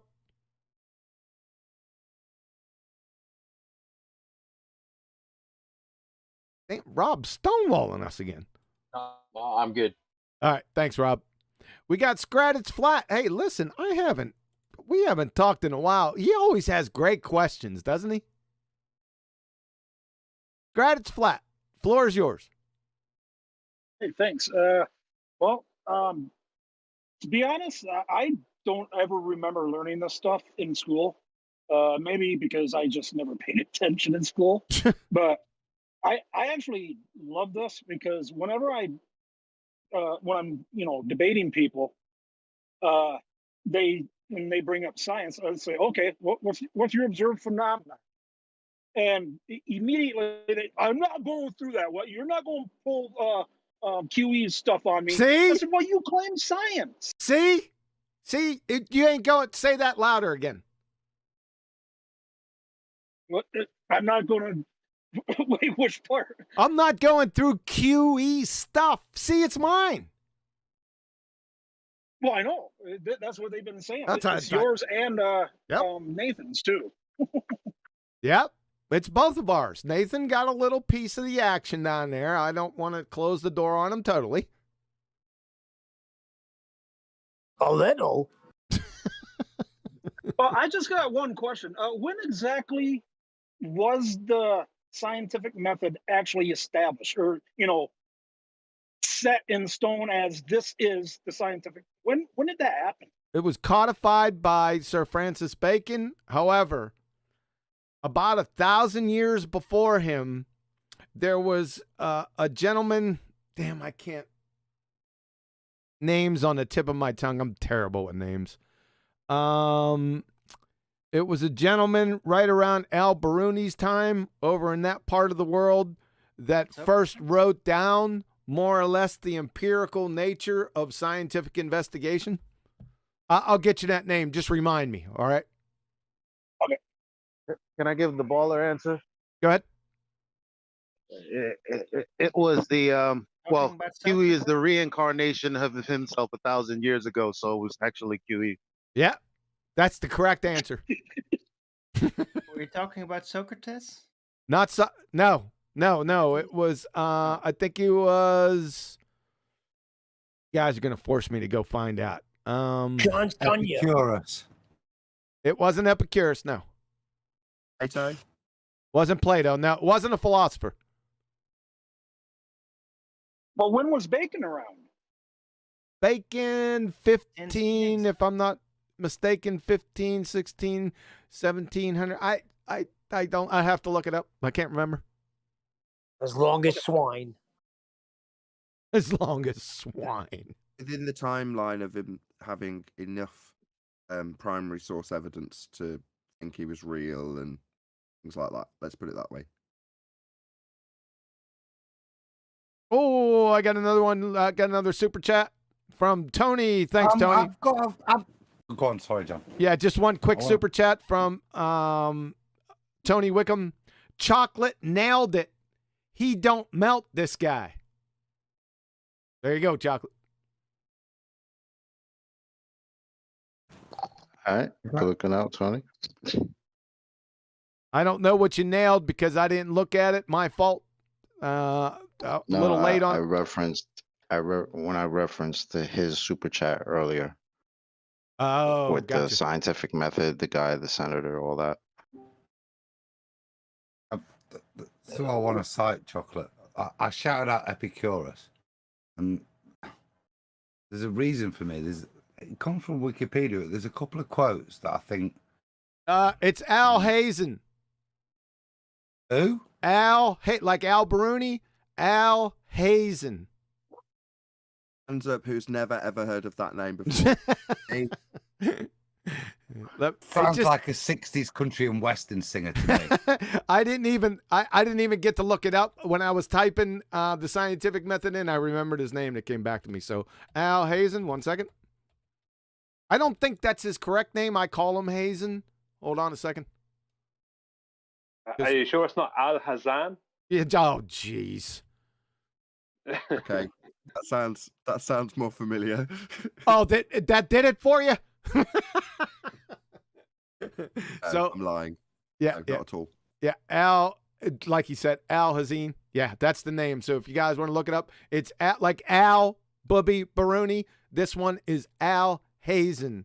Let me spell it for you. Correct. Hold on a second. Let me check. How is he? What year we got on that? Is he British? Hold on. How is How'd you say it? Al Hazazen? How'd you say it? Just go Al Hazen. Al Hazan. How is he linked to the scientific method? How is he credited for it? He was the first one to put down in writing more or less the steps of the scientific method. Yeah. It's Ibn al-Hithan. Al Hazen is the. Well, now I'm confused. What's Bacon got to do with it then? Bacon codified it into what we know today as a scientific method. Everything is done by the Elizabethans. Hold on. He whatified it? Codified it. Made it official. Don't know what codified means. What's codified mean? Put it a little bit like. It's just like is that Arwin who said that? Arranged it into more of a systematic type of thing. You organized it. Like a remix. Sort of a remix, yes. It's a cover version by Bacon. A total cover version. Let me come to Epicurus, right? This is why he's Epicurus is 100 BC. As far as I know, I'm not sure when Alberine is. Alhazen. Yeah. Zan. Ibn al-Haytham. Al-Hassan.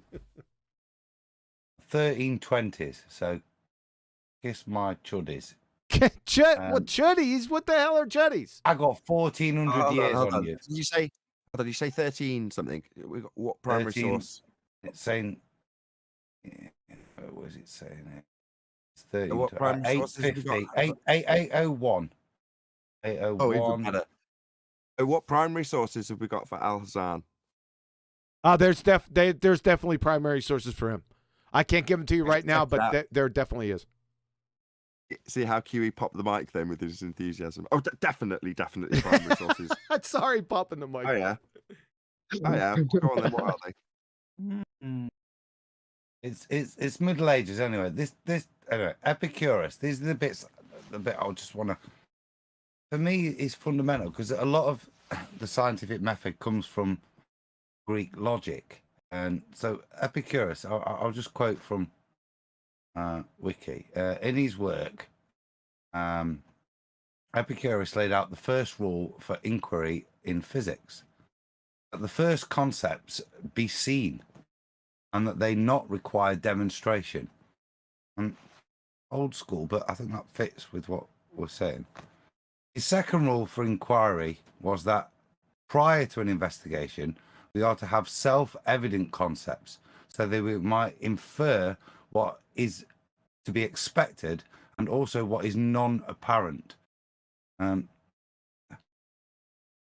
what 2,200 years ago. These seem the fundamentals that any logical man would say, that if you're going to try and say something causes something, if you're trying to get to the inquiry of what life's about, you have to be able to control it, to have some logical inference and way of saying that this is the reason for this.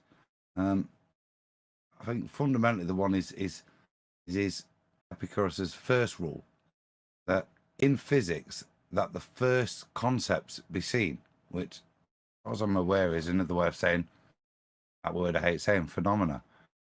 That seems the first step of the scientific principle to me.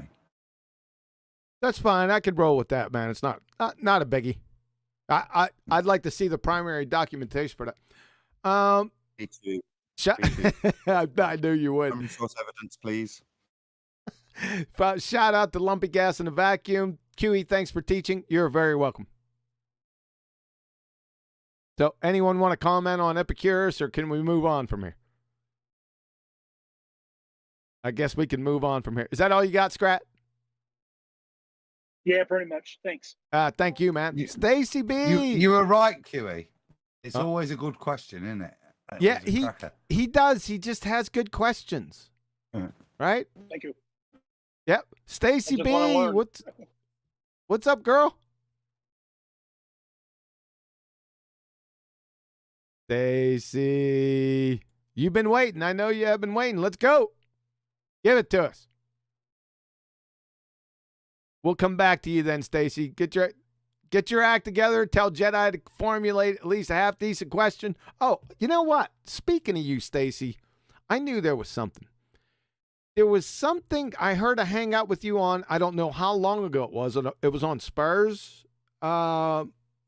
renditions of Gem Panda's Numpty channel. And they had claimed something about the scientific method, ironically. So you're right on topic right now.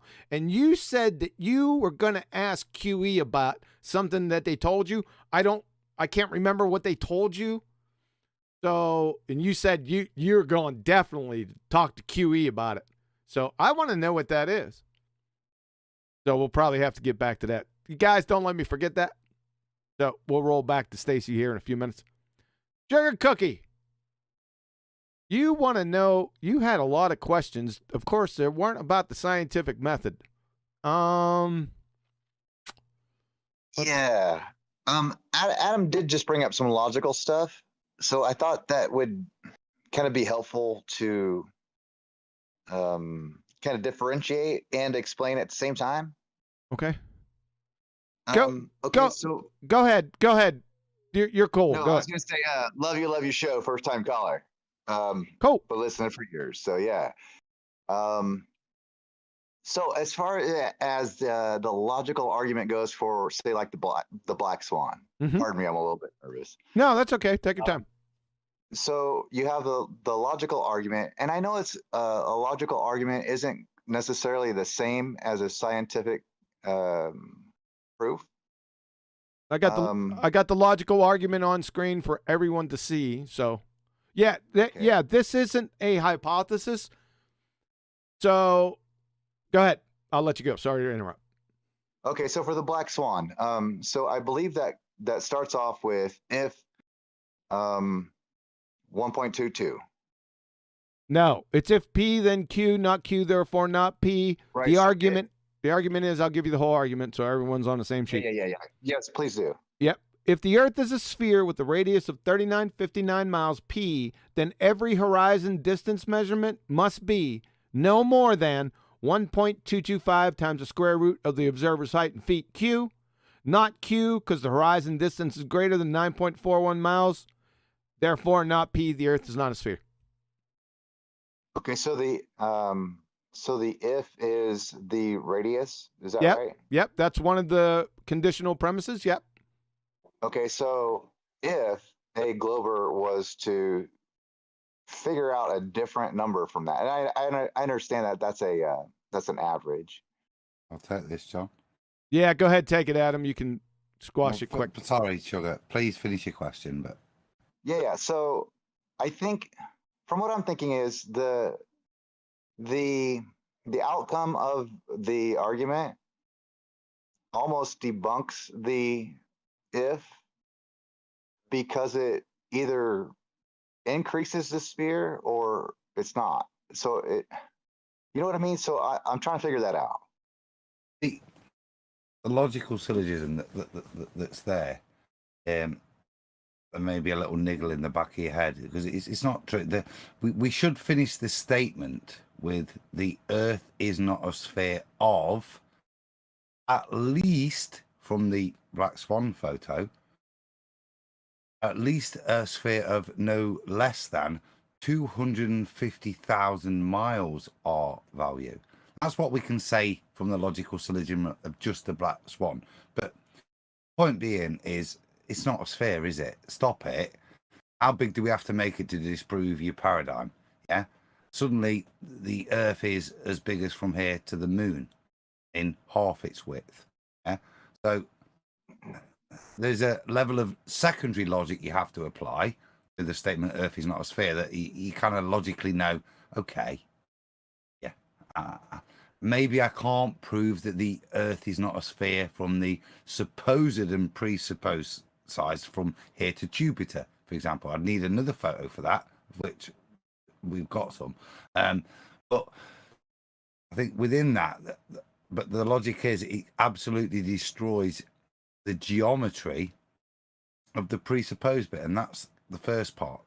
Yeah, if P, and that's not our statement, that's their statement. If the Earth, well, we're saying if the Earth, but all of us are saying the Earth is a ball of 3959. That's a positive statement from them that we can work forward from logically, and that's when the Black Swan kicks in, because we don't have to accept 3959, but they preach it. Right. There is a further primary logical inference that's tucked away in that load of Solon's, because it's just specifically detailing a horizon distance measurement. Now, although these words aren't wrapped up in Dewey's statement specifically, what is the horizon? Well, the horizon in the globe paradigm detailed with the radius value 3959, the horizon's Earth curve. The further logical implication, after the Black Swan has been demonstrated with the imagery, is that the horizon is not Earth curve.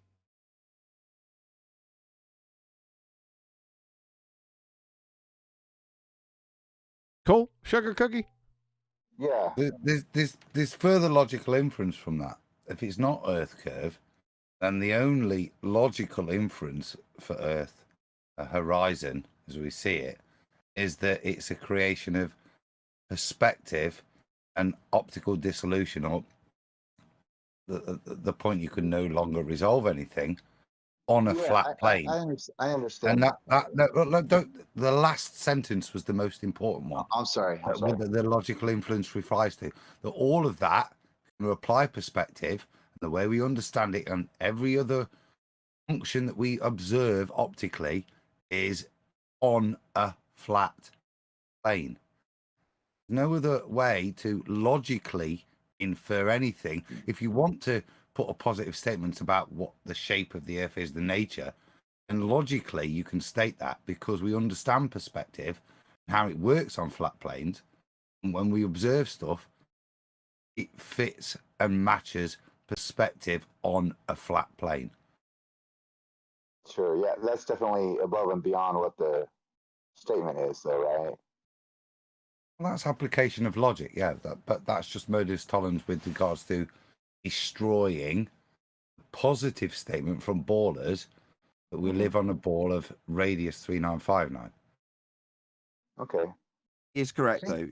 It yeah, is I think I working follow outside the parameters, sugar, of the modus tollens, and that is explicitly stated by Quantum Eraser. It's a globe killer.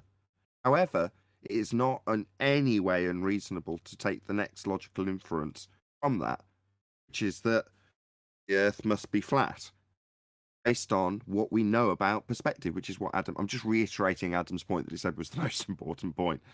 But yeah, it's not unreasonable to take that next logical inference, but you are correct. Within modus tollens, the black swan modus tollens, Earth a sphere, radius 3959, every horizon distant measurement can be no more than 1.2 times the square root of the Earth's height in feet, and the black swan shows beyond all certitude that it's beyond those geometric limitations.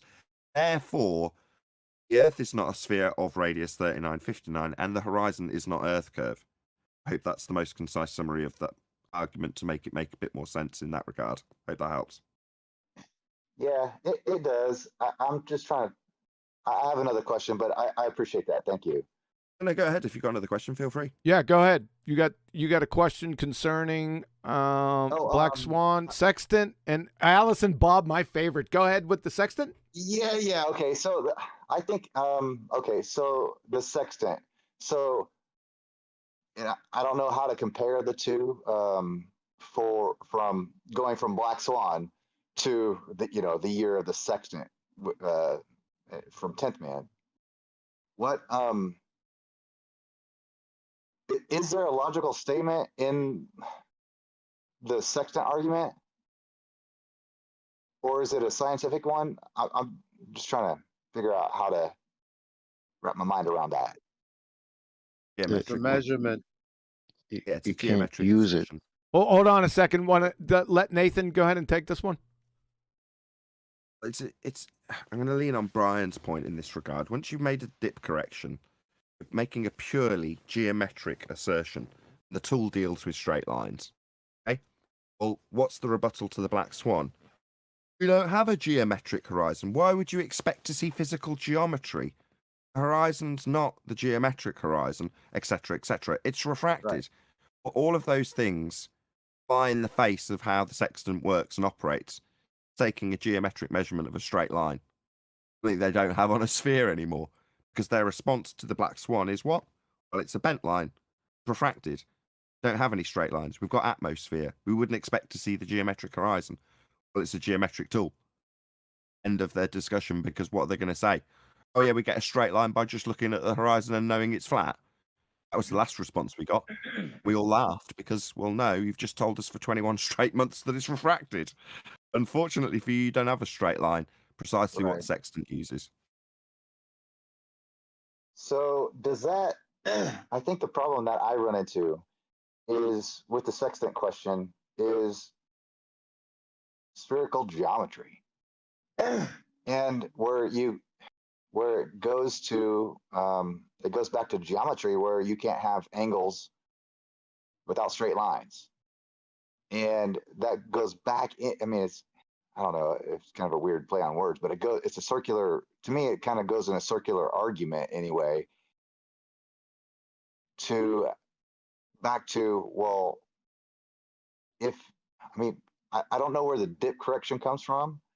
I don't know how you factor in refraction on the sextant thing, and then all of the math that goes along with finding that GP with above or below the equator based on where you are on the prime meridian and the latitude you're at. So I think for me, it's kind of hard to figure out. That's why I don't know if there's a modus tollens set for the sextant like there is for the black swan. I'll give you a modus tollens at dip horizon. If dip horizon, I don't know. I'm sorry. That's another question I had was I don't know what dip correction is. That doesn't make sense to me either.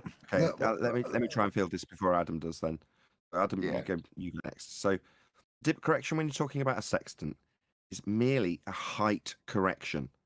So, because you're going to be measuring pure geometry, and the line that you're going to be measuring is the line along the ground to where the star is above the ground. So you've got a straight line from you to that position below the star. That is what you're going to be utilizing. And that is a purely geometric measurement. Now, in order for that to make sense, the angle must be from the flat ground and not somewhere in midair. Therefore, you correct how high you are above the deck. So if you're up the top of a mast with your sextant for whatever reason, and you've got to correct for that and say, well, I'll adjust this measurement so that my angle isn't off because it should be taken from the ground. So there's a correction to put the measurement back on the ground to make it geometric again. That you are no longer dealing with optics, but only dealing with the geometry. That's what the dip correction with a sextant is utilizing. Just a correction for height. However, we'll let you go in a minute, Adam, I promise.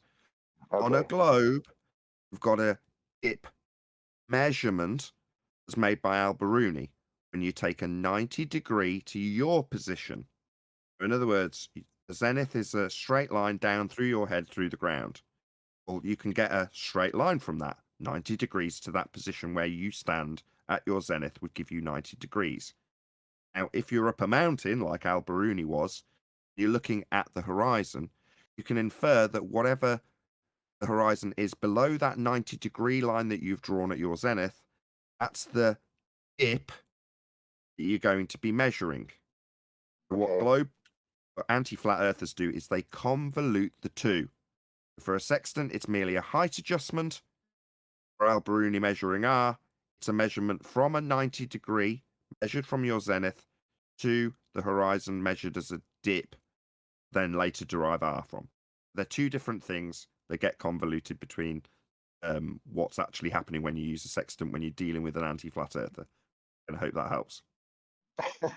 Adam, go ahead, because there's more to come. Sorry, it's a good question. Adam, go ahead. Yeah. Yeah, spot on. From a maths point of view, when you look at this, there's and again, it's you take the dip angle because and the most important function of the dip angle, in fact, the function it asks you to measure is your height above the water, and that's the mathematical function you're taking in place now. Sugar, isn't it? Sugar cookie. Yeah.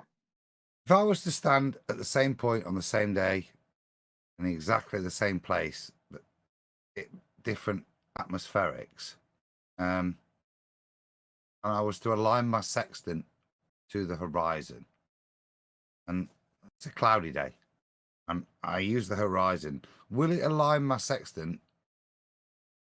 Plumb and true.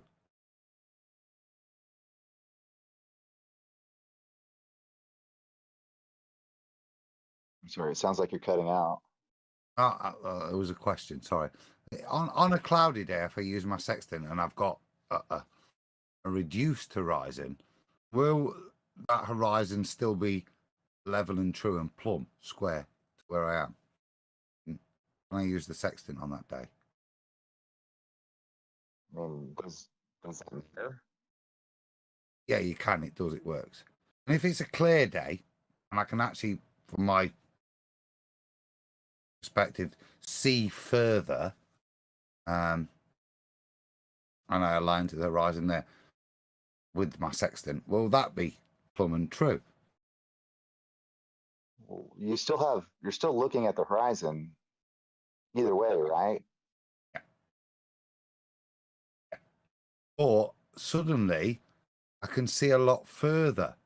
So the point I'm aligning to create plumb and true is a different image, we say, but it still aligns plumb and true. It still creates a zenith between me and the horizon, and this in the sextant it creates a 90 degrees to the plane. Yeah. Sure. So the point of the horizon then isn't a physical location we're aligning with to create plumb and true. Right. It's something that is actually generated through something that's God given, which is your eyeball. Yeah, because the optical limit of the eyeball is standard. Whatever the atmospheric conditions, the eye is going to see as far as it can see, but it's still going to align and create that horizon true based on the optics of the eyeball and the lens that you're looking through in the case of the sextant. So the horizon here is, again, to align the sextant, nothing that's based on physical geometry measurement. The way the sextant works is through the majesty of the eye and its perfect symmetry. That's how it works. So if you accept that, then you look at the maths, and like I said, we only take that first measurement, which is how far above the surface that we accept to be plain and true is the eye is, and therefore how corrupted the measurement is, what the adjustment's for, then that's the only bit of maths. Now, as I just said, the alternative for a baller is to say that that horizon is a geometric edge. On which day? The cloudy day or the sunny day, is it a geometric edge?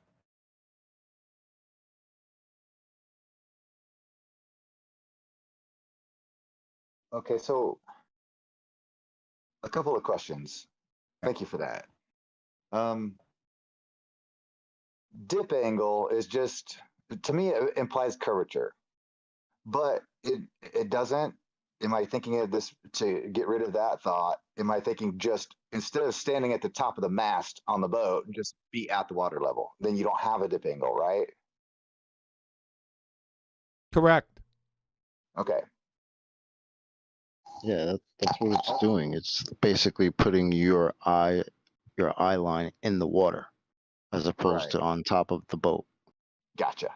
So that's It's all poor. that means. I think it's poor terminology that they use. The dip angle. You're just accounting for the elevation that you're above the water. Okay. Thank you. And You're also, I think that the horizon, whether it looks closer or it looks further, that doesn't necessarily matter, though, does it? I mean, I'm just kind of trying to think this out. No, Sugar, it's a just function of just go optics. back to that last point because that's crucial. Okay. The crucial point of the dip angle is for what? It's not just to bring your eye to the surface of the water. Because if we're viewing this on a ball, lovely, we've brought our eye to the surface of the water. The question mathematically is, what does bringing our eye to the surface of the water do mathematically that enables us to calculate things? And Well, it would give you a more accurate angle. no, the angle's already accurate. We're going to adjust the angle mathematically via the dip angle. We can only measure it once in reality, and we take that measurement and we observe how far above the water surface we are. Now, the purpose of us doing the calculation is to bring it to the water surface, and bringing it to the water surface on a ball helps us naught. It does nothing unless we know the full structure of that water surface and how it curves infinitum, yeah? Which we don't. And the ancients didn't when they derived this, yeah? The purpose of bringing the eye to the surface of the water is because at that point, suddenly the angle you create to the star is true to a straight line perpendicular underneath. It creates a flat surface. That's why you bring the eye, because the purpose of bringing the eye to the surface of the water is the proven assumption that the surface of the water is a flat line. At that point, we can start to use trigonometry and mathematics to calculate things with assumptive reasons from basic geometry. Yeah. Without that assumption or without an R value, then you can't calculate these things. You need one or the other. An R value, given that you assume it's a geometric horizon, and you still need the R value, or the knowledge and the assumption that it's a flat plane, and you can calculate from there. That's why we bring the eye down to there, because it then means the angle adjustment is based upon the eye being on the water's level across that flat plane. I think I follow that. And I think that at that point, I think that the sextant works no matter what model you want to put to it, right? Wrong. Not really. Well, can I say it like this? Right? The point of the dip angle correction is so that the angle from the observer to the ground position where the star is directly overhead, Yeah. it needs to be 0. I get it. Yeah. It makes it right. It makes it a straight line so you can do your angle and get an accurate one. I think I understand that. Sugar. Your first statement there. Yes, all or flat. The sextant works. The point is that it to have any comprehensible use to you, the angle that you measure with the sextant that works, yeah, that angle to have any validity either has to mean you have to know R, yeah, or know that it's a flat plane you're working on. Now, the ancients that derived this didn't have R, yeah, this is pre even Aristophanes, yeah, all of these things that worked. So this has worked on trigonometry. It's basic geometry in which it works. So in terms of the way the tool works, I just want to add this because it's Brian's point. In terms of the way the tool works, once you've done the dip correction, no longer dealing with the optics. You're only dealing with straight flat line, which is what the tool does. It just deals with angles, two straight lines meeting at a vertex. Well, as soon as you've got a curved surface, you haven't got a straight line to the GP of the star anymore. The tool's useless. Now, Adam's saying, well, you can use it on the model. Well, no, you can't, because what are you doing with it? Well, you're trying to find your position. Well, as Adam's saying, well, you can do it on the model. No, you can't. You can only do it after the fact if you know precisely where the GP of the star is in relation to you before you start doing any measurements, rendering it useless. I'm going to disagree with Adam and say, well, while you might be able to do it after the fact, that's not how the tool's used, and it defeats the purpose of the tool. No, you're agreeing with me. Oh, I'm not disagreeing. Yeah. No, I'm only disagreeing. Let me just clarify what I'm disagreeing with. Your statement was it works on both models. Well, no, it doesn't, because works. What's the work, the function you're trying to actually perform with the tool when you're out at sea and you're going, well, I know where I've been. Now I need to triangulate to figure out exactly where I am. Well, if you're trying to do that, you don't know exactly where you are on a sphere in relation to the R value dropped to the GP of the star. Get it right when you do the maths. In other words, it renders the tool useless, so it doesn't work. I'll take that word back totally, Nathan. Works is completely incorrect. You can, as you say, you can back calculate it for yourself and place yourself on the ball after you've done the stuff, been there, measured it, seen it, calculated it on a flat plane. Yeah, I take that back. Yeah, it doesn't work. Perfect. Let me just, I want to bring clarity to that once more. In terms of being back calculated, You can back calculate how a sextant might operate if it wasn't being used the way it was on a sphere, if it was on a sphere. That back calculation you might be able to get to line up with your sphere belief in terms of the work that tool does. Well, it works in a geometric manner with straight lines, and there's no correction needed when it's on the ground dealing with a straight line to the star's GP, making the Earth flat. Correct. So there's a point that 10th Man is waiting for, I guess, someone to come to. I don't know if this is it because it's already obvious. It's already been stated that if the Earth is curving away from you, then you don't have a angle to the GP. Well, I just thought about it as you were saying it. When you put your eyeball to the ball, if it was a ball, then the distance to the horizon is 0. So immediately inoperable the sextant would be at that point. Immediately. I don't. That to me, that sounds like it's just begging for spherical geometry to just take a shit all over that. Why? Well, because you're only measuring an angle from, like, you don't have an angle to measure from if it's 0 to the horizon. Isn't that what I just said? 0 distance to the horizon. You're agreeing with each other. I thought that's what you were saying. All right, is If that you- good? Hold on a sec. Nathan, you got something to add with that? Yeah, if that tool's measuring 2 straight lines, yeah, and it's on the ground, yeah, you can get a straight line if you assume all being well and good, you've got a straight line to the star. You haven't got a second straight line to the GP of the star anymore on a sphere.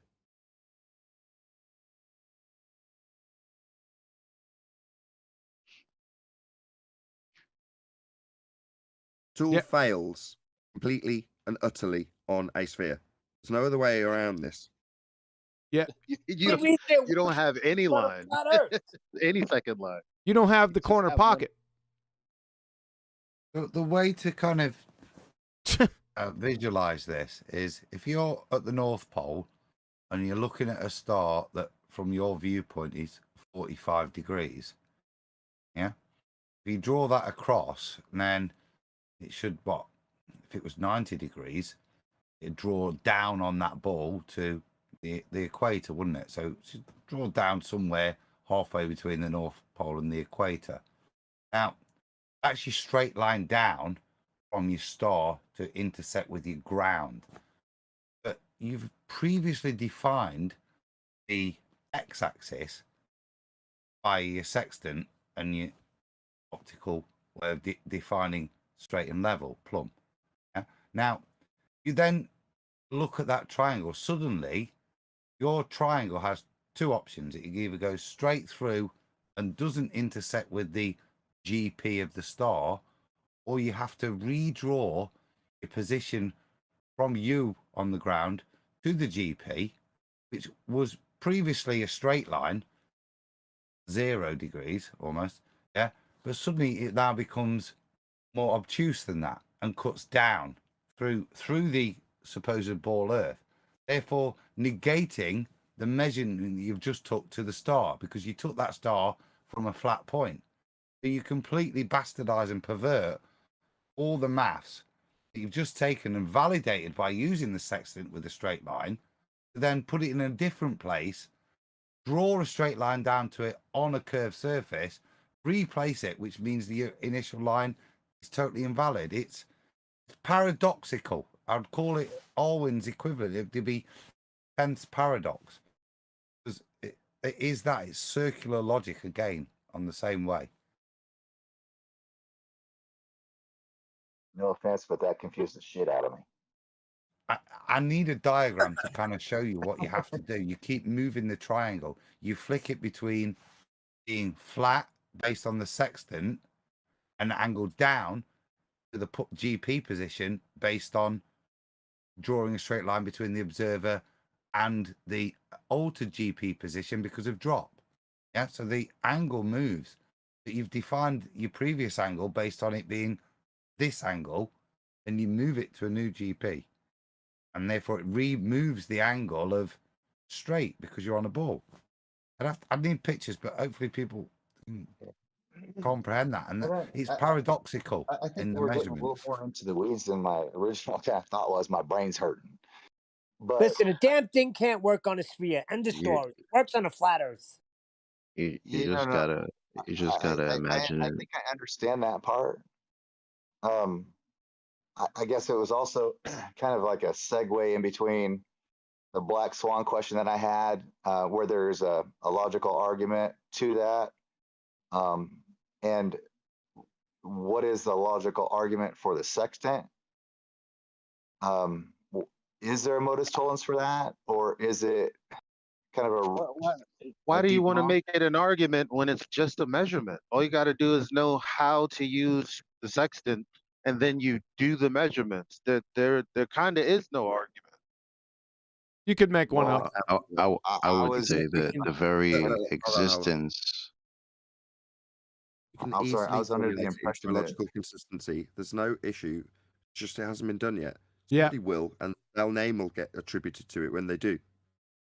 Yep, you can Yeah, make a Lois logical told us argument. You can make a logical argument with it. I hadn't thought about it, but you could do it. Yeah, it's if sextant works, flat plane. Yeah, I mean, it really is that simple, though, right? I Yeah. mean, the very existence of it, and the fact that it's used, and the fact that they've. Hello. you can say the same thing the other way. But Can it's not. anybody hear chocolate? Yeah, I don't know. Okay. Just the that- very it- fact that this thing is used, right, negates the fact that it could be a ball, right? Oh. Because if you're on a curved surface, you can't get a 90-degree angle to the GP of any star, because any star from where you are is bending around away from you because you're on a ball. How do you ever get a 90-degree angle when your eye is on the level surface, right? Like when you said Well- you put your eyes in the water, you can never get the GP of the star at a 90-degree angle after that because you're on a ball. It's all curving away from you. And this thing is used all the time. It's been plotted out. 10th Man's brought out the almanac, right? How is that used if we're on a ball? Very existence and the use of this thing negates the fact that it could be a ball. Well, how far in the weeds do we want to get on this? Because We're not. We're gonna start Okay. wrapping this Really, up. John. Hold up. We're gonna start wrapping this up. We can't go on and on and on about this. All right. right. So I understand the general premise, and thank you, QE, for kind of clarifying that the logical part needs to be worked on rather than just the measuring part. I don't think so, but we could definitely come up with a modus tollens for it. Like I said, I haven't thought about it. I've been busy, but I'll think about it. Well, what you could do is jump on Nathan's show like Monday and Tuesday and bring all this stuff up to those guys on the show. Okay. John, this is the bit, you know, where I think a week or two ago, probably before your break, I made this statement about linear function and straight function. This is exactly where the modus tollens will work, because once we define what the function is, then you can apply a linear function. And with regards to how a sextant has to be agreed to work, then it is linear. Irrespective of curvature, it's still linear, the function that you're measuring, because in their model, they push it out to infinity. So the only way in which change of function could occur in their model is curvature. So you could use a modus tollens for this, and it would demonstrate, like I said, when we were saying 69 miles per degree is linear or curved, and I drew an objection there just in terms of the way the ballers are trying to mug us off. Actually, you could put it into a modus tollens and use that quite well and describe this, because it's described by the sextant, and like I said, there's no apologetics because they push it out to infinity. So I'm going to make it official. I am crowning 5A Adam Meakin with coming up with the logical argument with the sextant? All present. Yay or nay? Yay. I was going to do a Modus. I was going to do a. I'm going to shout out. I need 10. Gas your ass if you don't come up with it, dude. All right. I'll give it a whirl. Nathan's he wants to add something here. I was going to say, is it if A then B, A therefore B? Is that modus ponens? You could do I was thinking about modus ponens, modus tollens. Like I said, I have to think about it, but I'm getting really hungry, and there's a pizza coming. Well, just might as well wrap and it there's up. a shit ton of No, them. I want tolerance. Hello. I want tolerance. Hello. Okay, so we had half of it from Scrat. Is it already? It's like, well, if Earth is flat, sextant will work. Well, that's pretty much good enough. If the Earth is flat, we will take a straight, flat measurement to the GP of any navigation star. And Earth is flat, we do take measurements straight and flat to the GP of navigation stars. It's pretty much as simple as that. That's why it's like, well, why do we need a complicated modus tollens when it's like Earth is flat, it takes a flat measurement. What more is there to do it than that? That is pretty much it. It's flat, it measures flat. I did your That's why I job want for the you, Adam. tolerance, isn't it? That's why I want the modus tollens, because otherwise it's not even a challenge, is it? I think it would be good because with the modus tollens, you would have to aggregate, for lack of a better word, the assumptions that have to go along with it, one way or another. I hear Kiwi's stomach rumbling. Yeah, all right. Wingies. Also, lots of people to shout out their channels and stuff. So Exactly. I'll do this. Like QE, I'll wrap it up quick if you want. Thanks, Nathan. Yeah. Thanks, guys. Yeah. Make sure you come back, Sugar Cook. Yeah, you had great questions, man. We love the questions. It's just we're getting a bit long in the tooth here. So Nathan, if you want to take charge with the Ballbusters, thanks guys for coming, but have them shout out their stuff. Go ahead, take over, sir. Arwin, are you there? Chocolate. Oh no, Yeah. Arwin, go ahead. Hello. Yeah, Start your yeah. channel. Thanks, QE, for having me. I've mostly just been listening to the show. It's been great. I still do my early bird show every day, 2 p.m. Amsterdam time in the weekend and 1 p.m. Amsterdam time in the weekdays. So yeah, that's still going just fine and dandy. I hope to see. I got a lot of new subscribers. Like, is it like 30? So yeah, suddenly new people are rolling in. It's very interesting. Have some fresh new people in the chat. Hope to see you there. Thanks for having me. Good show. Chocolate saying, do you want to shout out anybody or yourself?